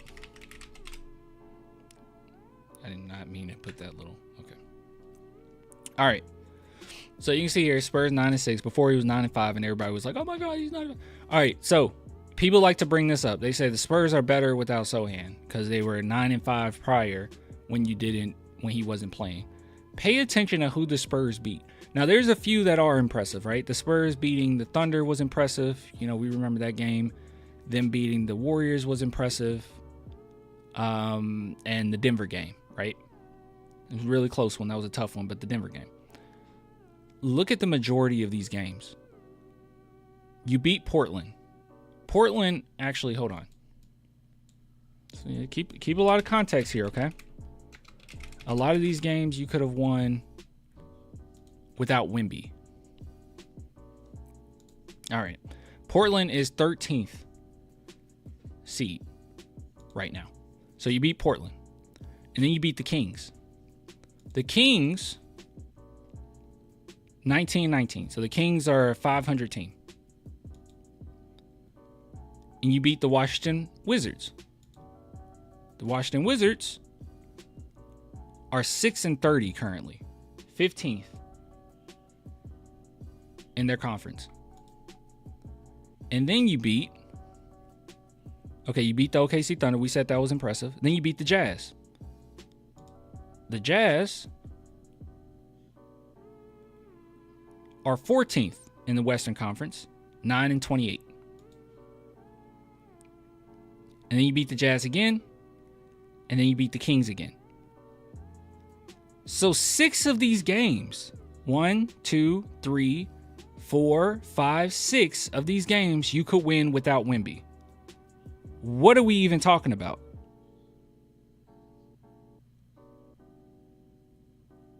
You get what I'm saying? You understand what I'm saying? The whole idea of the Spurs being so great when Sochan is out is ridiculous. These games that we won, there's a few players I could think of on our team that if they didn't play, we could have possibly won.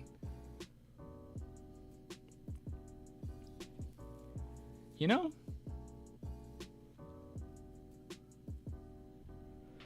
It's just dumb. I do think that the ball movement is more aesthetically pleasing without Sochan because of the space, but we're so much worse defensively and on the offensive glass. Our whole identity right now is defense, right? Our whole identity is defense. The Spurs are not a clean, good offensive team with or without Sochan. We're just not. It's often pretty sloppy. You got to lean on that defense. And I get what you're saying. Like, you're saying it's aesthetically pleasing. Actually, I kind of agree with you with that. I think sometimes it does look, better offensively.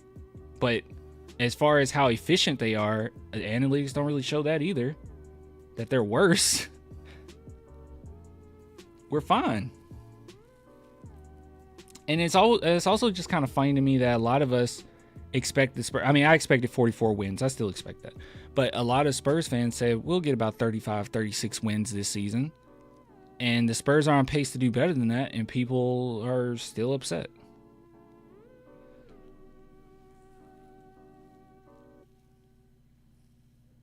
I agree with you. It's purely aesthetics. Yeah, it's just the way it looks, yeah. Because it looks like he's clogging up the lane, but not necessarily, no.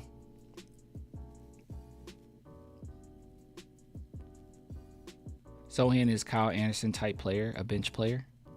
So now, like I said, I love Kyle Anderson. Sochan is better than Kyle Anderson. Okay, he's actually much better than Kyle Anderson. And Kyle Anderson, you could he had a lot of versatility. You could move him into, depending on what your team looks like, you can move him into the starting lineup as well. But no, Sochan is way better. I mean, also, I would say he's, you could have him coming off the bench if you wanted, because he did in college. But with this team right now, I don't really see any point in that. Another thing that people don't bring up is when you actually do play Sochan. Let's see.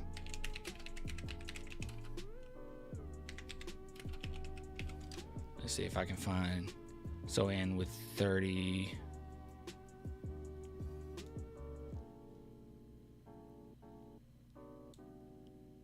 Oh, sorry. Hold on.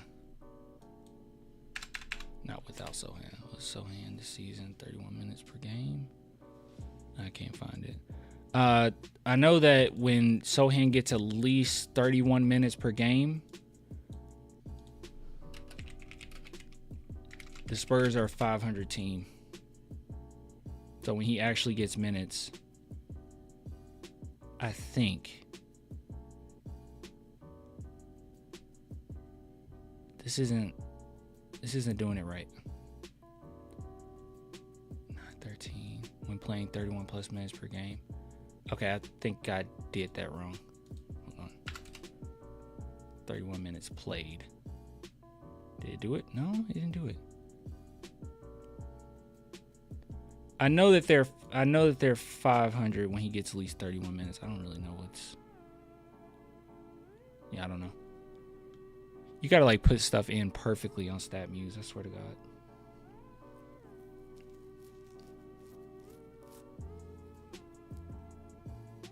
Yeah, Kyle and Sochan completely different. Yeah, the only similarity in those two is I think both of them are pretty versatile. You can put Kyle on quite a few different players, 1 through 4. Sometimes, I don't know, Kyle Anderson was pretty rough around guards. You couldn't really put him on a 1 that often. But I was just saying that type of archetype I really like. That high IQ, good defenders. I really like it. But yeah, Sochan's way better. It's not even pretend. Sochan is valuable. Yeah, the Spurs aren't going to just give him up just because fans want them to. Anyways, that's all I really had to say. Just wanted to make a Sochan segment because way too much hate. Big shout out to BetUS for sponsoring this segment. We put Sochan on every team's best player, including since he was a rookie. Can't replace that with anyone. I think that's another thing to keep in mind as well. If you were to trade Sochan, you're not going to get the same value, right? You got to think about what it would look like on the market with someone like Sochan. I don't think you're going to get a good enough. You're going to get a diluted product if you trade Sochan for anybody straight up. You would have to package them, and even then, I don't know how I feel about it. Like, I saw people say, like, oh, you give up multiple picks, Sochan, Keldon, and another player for Fox. And while I really like Fox, I don't want to gain a guard but lose a power forward, a defensive power forward. I don't want to do that. I don't want to lose something, gain something else. I feel like that just kind of evens it out where, well, we didn't really actually make our team better. Now, if you were to trade for sale a few picks in Keldon for Fox, I think that is an upgrade. I think you did upgrade the team. But if you get rid of Sochan for Fox, I don't think that makes a lot of sense to me.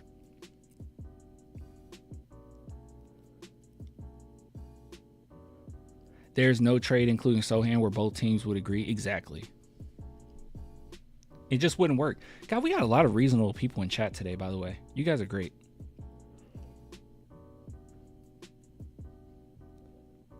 I guess we only get the crazies like right after the loss. Kings would not want Sochan. Probably not.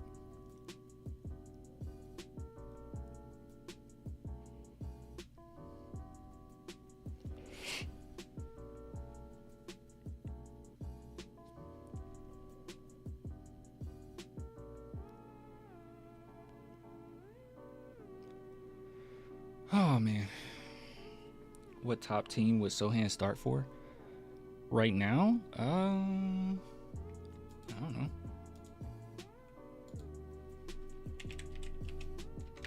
Maybe the Nuggets? Let's see. Thunder roster. I don't know if they would start. Would they start Sochan? I guess it's all contextual. What are their starting lineup even look like?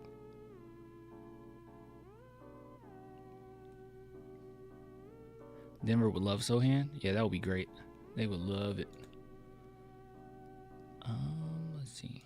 Depth chart. Can they show us the starters? Nah, he wouldn't start for the Thunder. That wouldn't make a lot of sense. You might as well just have him coming off the bench. God, that would be nasty though, bro. You got to deal with Dort and then you have to deal with Sochan. That would be nasty. Sochan is okay at the small forward position, but I think you would have him come off the bench. So he probably doesn't start for the Thunder. I don't know. Aaron Gordon literally does everything better.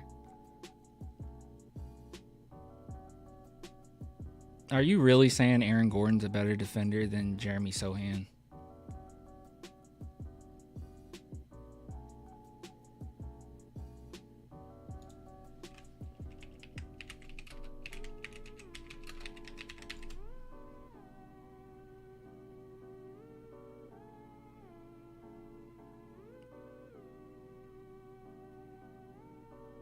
Has Gordon even played games this season?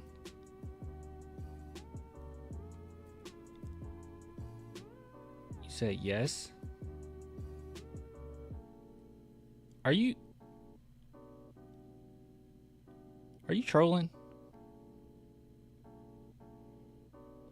Sochan. So, I mean, no offense to Aaron Gordon. Because I do think that their roles are quite similar, but like, what are you basing that off of? Like, just to say Aaron Gordon is overall just better than like, I don't know what you're really basing that. What are you basing that off of? No offense to Aaron Gordon. I mean, I think he is a good player, you know.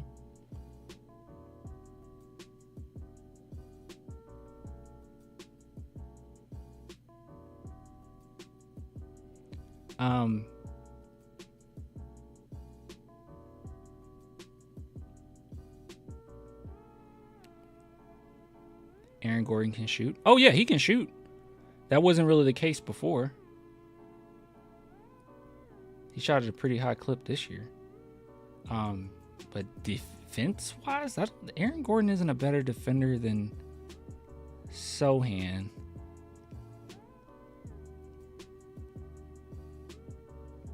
You got to watch more basketball, bro. Oh, okay. All right. This conversation already ended. All right. That's cool. Trolling, shaking my head. Yeah, yeah, we're good.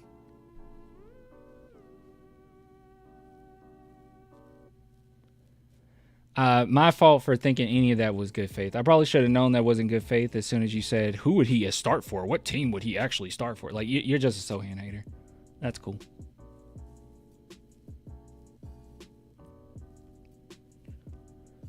Oh, man, oh, man.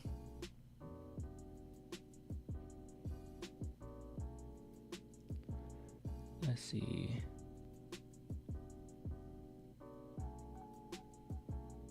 Literally seething you up. Yeah, that's all that is. It's just you're just trying to irritate me.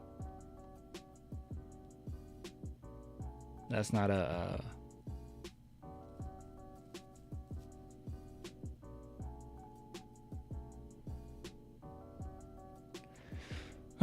how's that Hayden for saying Sochan isn't as good as NBA champion Gordon? Oh, it's Hayden because several of your messages here aren't actually good faith. I mean, you're asking questions, and then when I'm attempting to answer it, you jump in with, well, you don't know basketball. Like, I don't know what to tell you, bro. I don't agree with you that Aaron Gordon is a better defender than Sochan, and I don't know what you're basing that off of. You're just basing it off of how you feel. So I don't know what to tell you.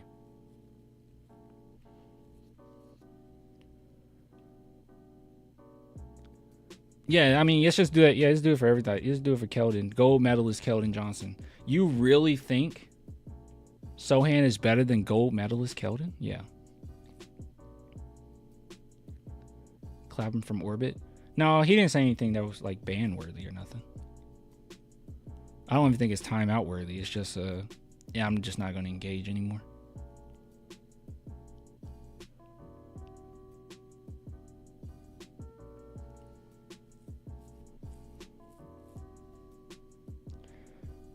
Yeah, to say you got to watch more basketball is a direct insult. Yeah, that's all that is. Like, no, you can't. You can't ask questions you don't actually want the answer to and then follow up with, you don't know basketball. Like, I don't know what to tell you, bro. Aaron Gordon isn't a better defender than Sochan, but you can believe that if you want to.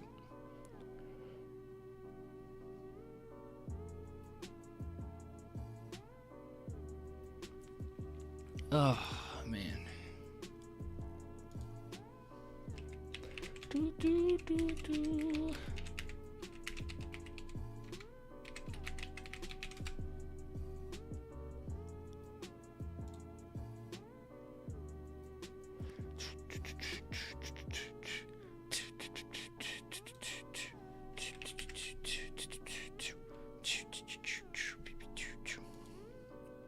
And even still, bro, comparing, just for the sake of it, comparing Sochan to Aaron Gordon, which I think that as far as roles go, Sochan's going to have a similar offensive role, I think.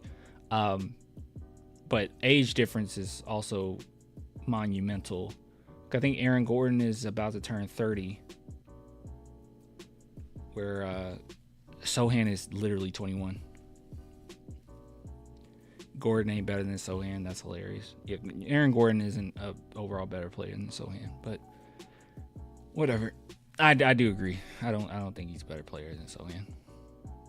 You can name other players that I think are better players than Sochan. I'm not. It's not like I'm immune to saying someone's better than Sochan. Like, I'm not crazy. Aaron Gordon just is one that I wouldn't agree with. I do like Aaron Gordon though. You can't use rings in a role-playing argument unless it's Robert Horry. Yeah, that's true.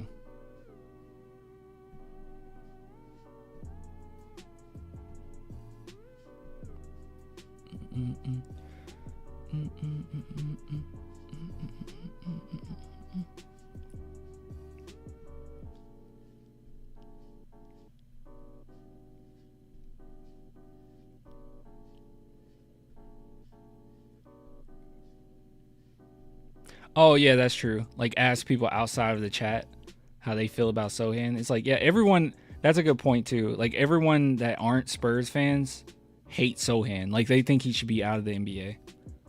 Like they hate this dude.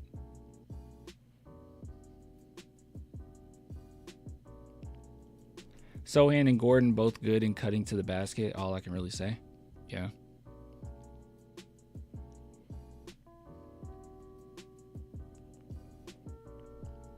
Also, a lot of people that aren't Spurs fans, they probably don't watch the Spurs either. They probably just think of, oh, Nuggets championship. Yeah, of course they're better than Sochan. Like, I don't know.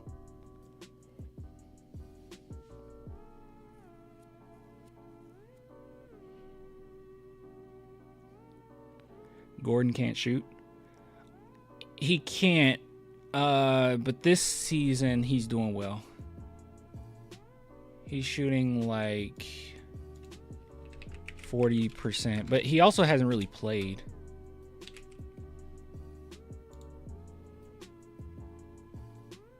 He can a bit. Yeah. He's definitely a better shooter than Sochan. But honestly, that's the only thing I could think of that he does immensely better than Sochan is just shooting threes. Let's see. So yeah, this season thus far 44%, which he would come back down to earth, right? But career rise 32.5%. It's not even that big of a jump. But you can see he's been in the league forever. You know? But you can see his third season in the NBA isn't even touching Sochan's third season in the NBA. Sochan has a better field goal percentage, same 3-point percentage. Yeah, it's not even touching it really. But yeah, last season 29% from three. Season before that, about 35%. So.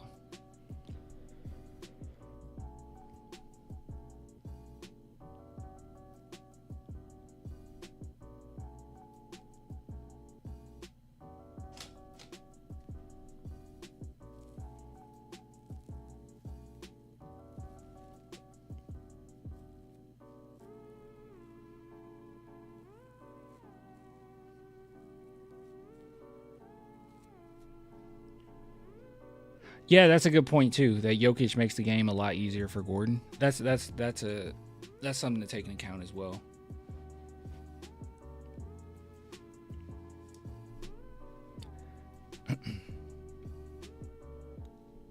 Because I mean, let's be honest, Wemby, as great as he is, he's not Jokic level, right? Like we all agree that he's not Jokic level, not yet. Where things will even be easier for Sochan, but. I mean, everyone loved Sochan his first year in the league. Everyone thought, like, oh, he's going to be a star. He's so great. But when you got Wemby, people started getting more critical of everybody.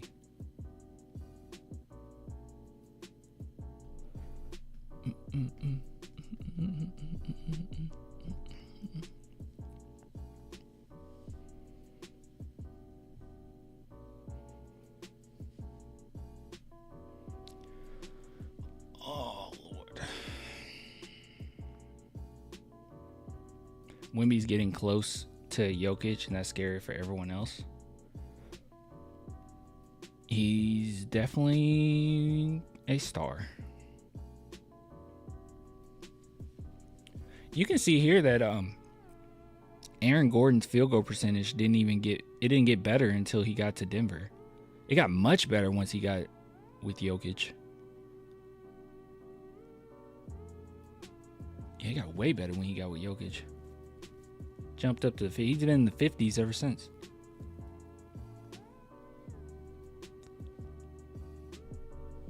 Another delusional take, Wemby isn't close to Jokic currently. He said he's getting close. Offensively. Which at times you can see it, but no, Jokic is better than Wemby, obviously. That's something I can't disagree with anybody on. Jokic is definitely better. That's pretty apparent. Sochan would feast next to Jokic. Oh yeah, he would have a good time.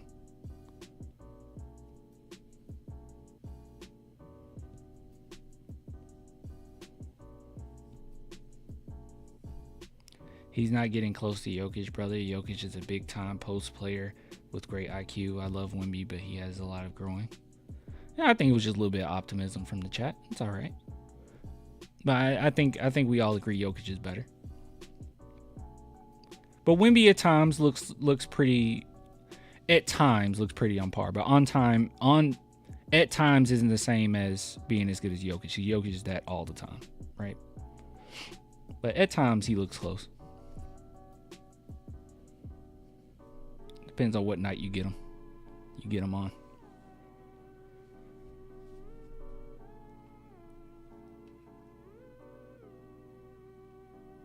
All right. I don't think there's anything else to go over.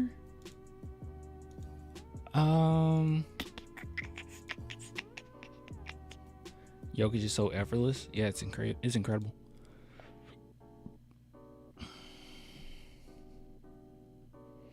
Why did I get 3 extra followers on Twitter since live streaming?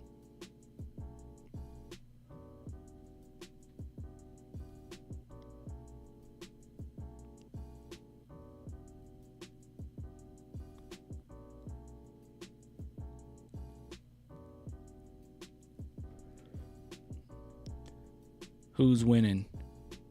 Batman and Superman or Scarlet and... Who is that? Who is that? Is the question... Scarlet can, like... Can't she, like, vaporize you pretty quickly? Who's this, though? Does anyone know who that is? Just on my timeline, I'm interested.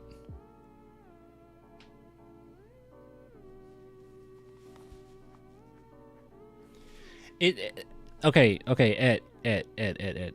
Good talk, Spurs fans, but ask any of NBA watching friends, they would say Gordon over Sochan.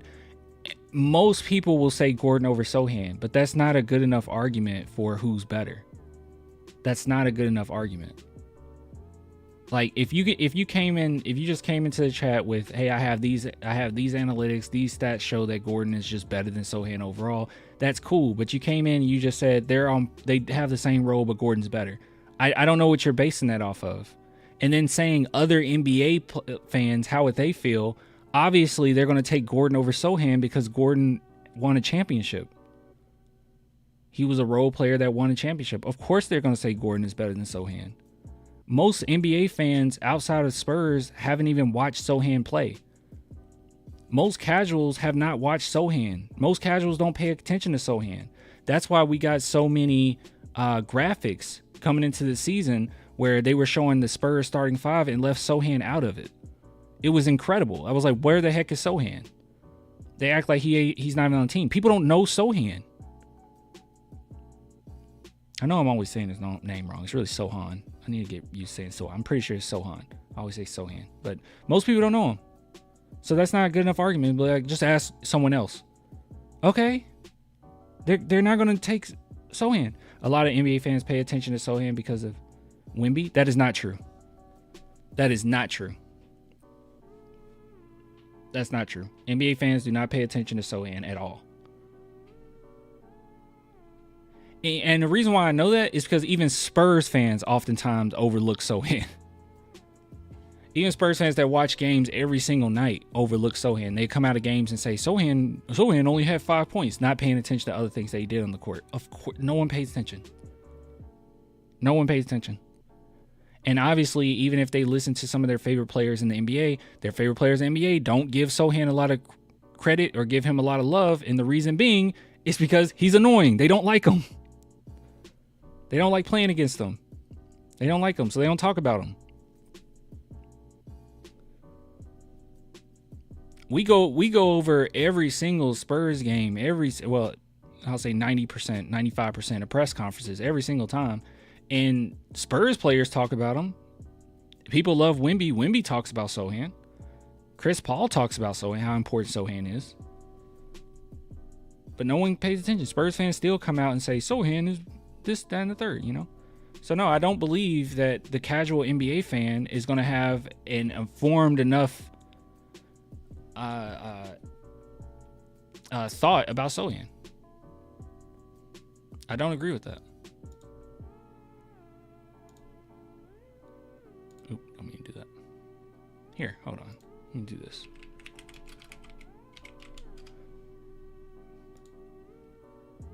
See if I can find.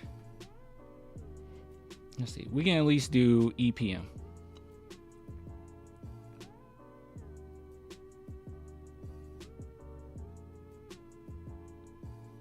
Here.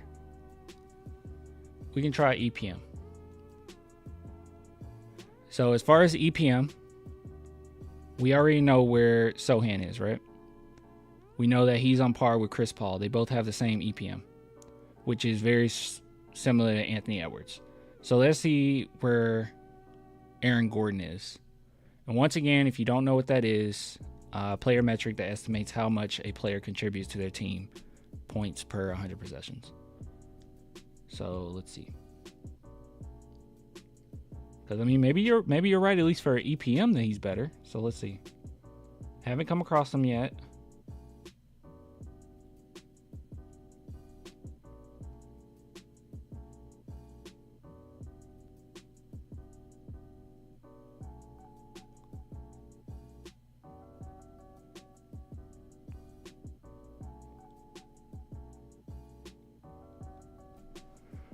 I'm not missing him, am I?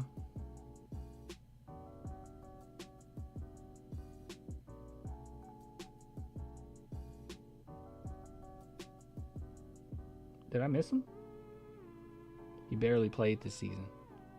Sochan only played like 20 something games. Like, I don't know your point.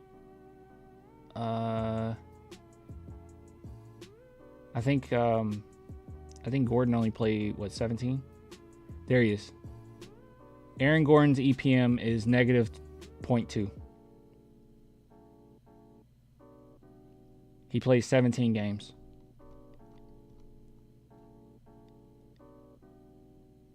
Sochan's played 22 games.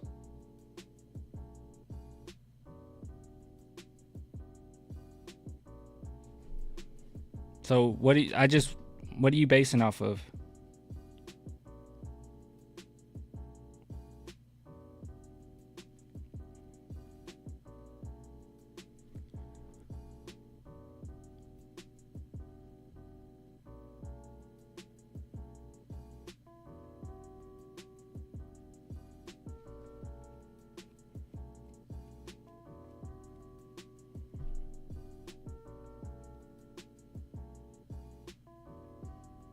Okay, so now try VORP.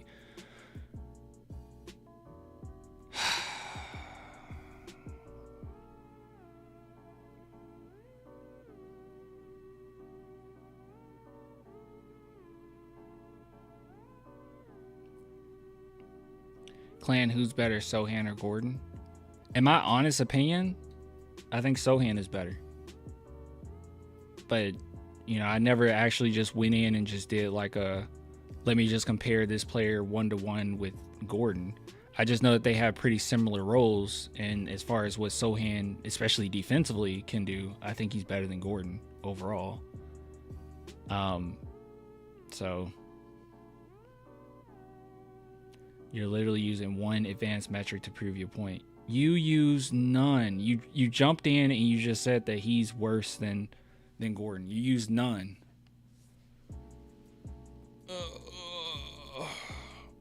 Agree to disagree. Sure.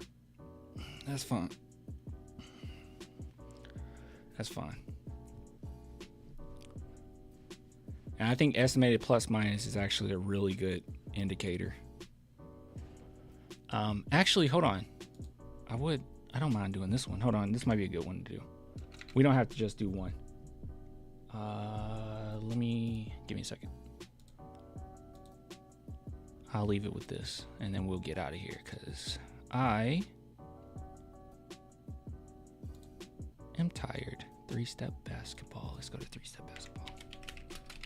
Basketball.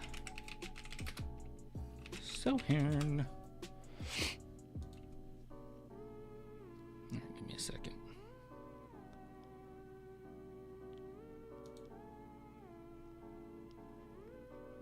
This is. Oh, okay. I was about to say, I was like, these stats are different. Okay, cool.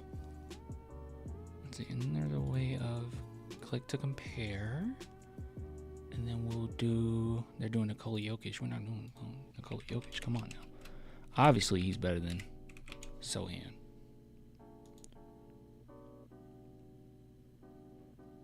Let's see here.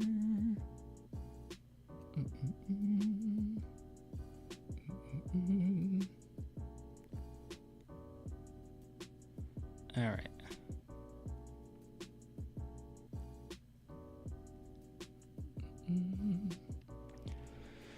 Okay, so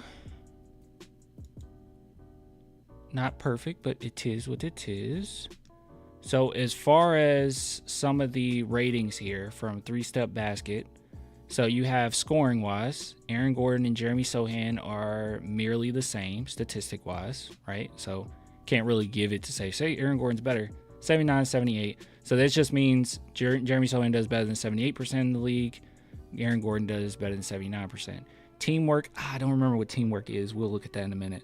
But 93% more on Aaron Gordon's side versus 50% better than other players in Jeremy Sochan's side. Ball handling, Aaron Gordon better. So 80%, more than 80% in the league versus Sochan's 69%. And then defense, you have Sochan's 92% in the NBA versus Aaron Gordon being better than 63%. And then rebounding, 87% versus 69%. So the only thing here that he does significantly better is teamwork, which I do need to see what that is exactly. How did they even? I want to see what this one is. Mixed teamwork ranks Jeremy Sochan based on how much his presence creates positive margin for the team compared to other players around the league. So it's around the, let's see, games with positive plus minus as percentage. And that makes sense. Aaron Gordon having your boy, he plays perfectly with Jokic, for Jokic. Oh, these are Jokic stats. Look at this. Jokic is better than him in everything. He's better than him in everything. And there you go.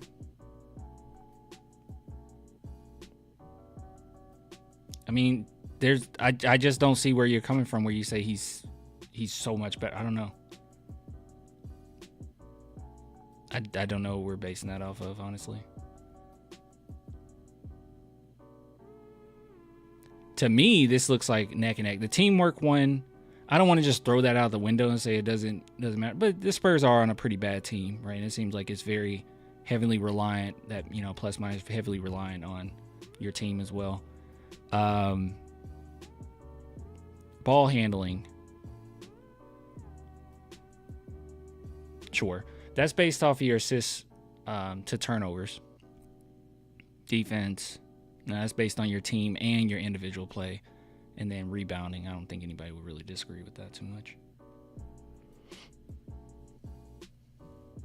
How would Gordon look if he played for the Hornets? Not too great.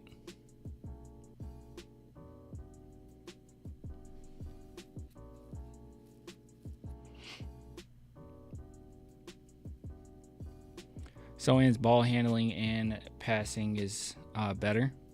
Sure, but based off of this, they're saying 10%. But it's not perfect. It's just based off of the assists versus turnover ratio. I like EPM way more.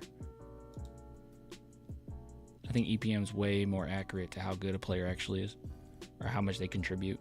Because you can see even the top tier list right here. I mean, these are MVP candidates, right? SGA, Jokic, Wemby, Doncic, Tatum,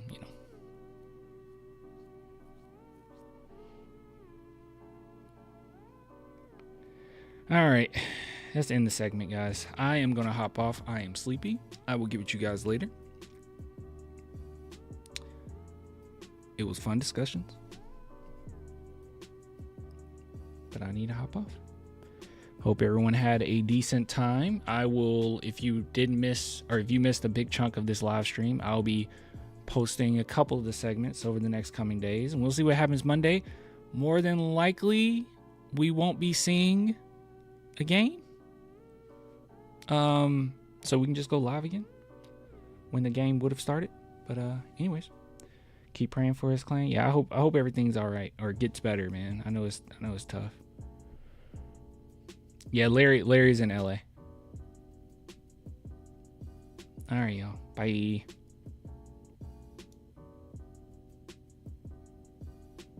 Need to clear the 405 freeway. That's tough. All right, y'all. And then everybody tell Larry to take care. All right.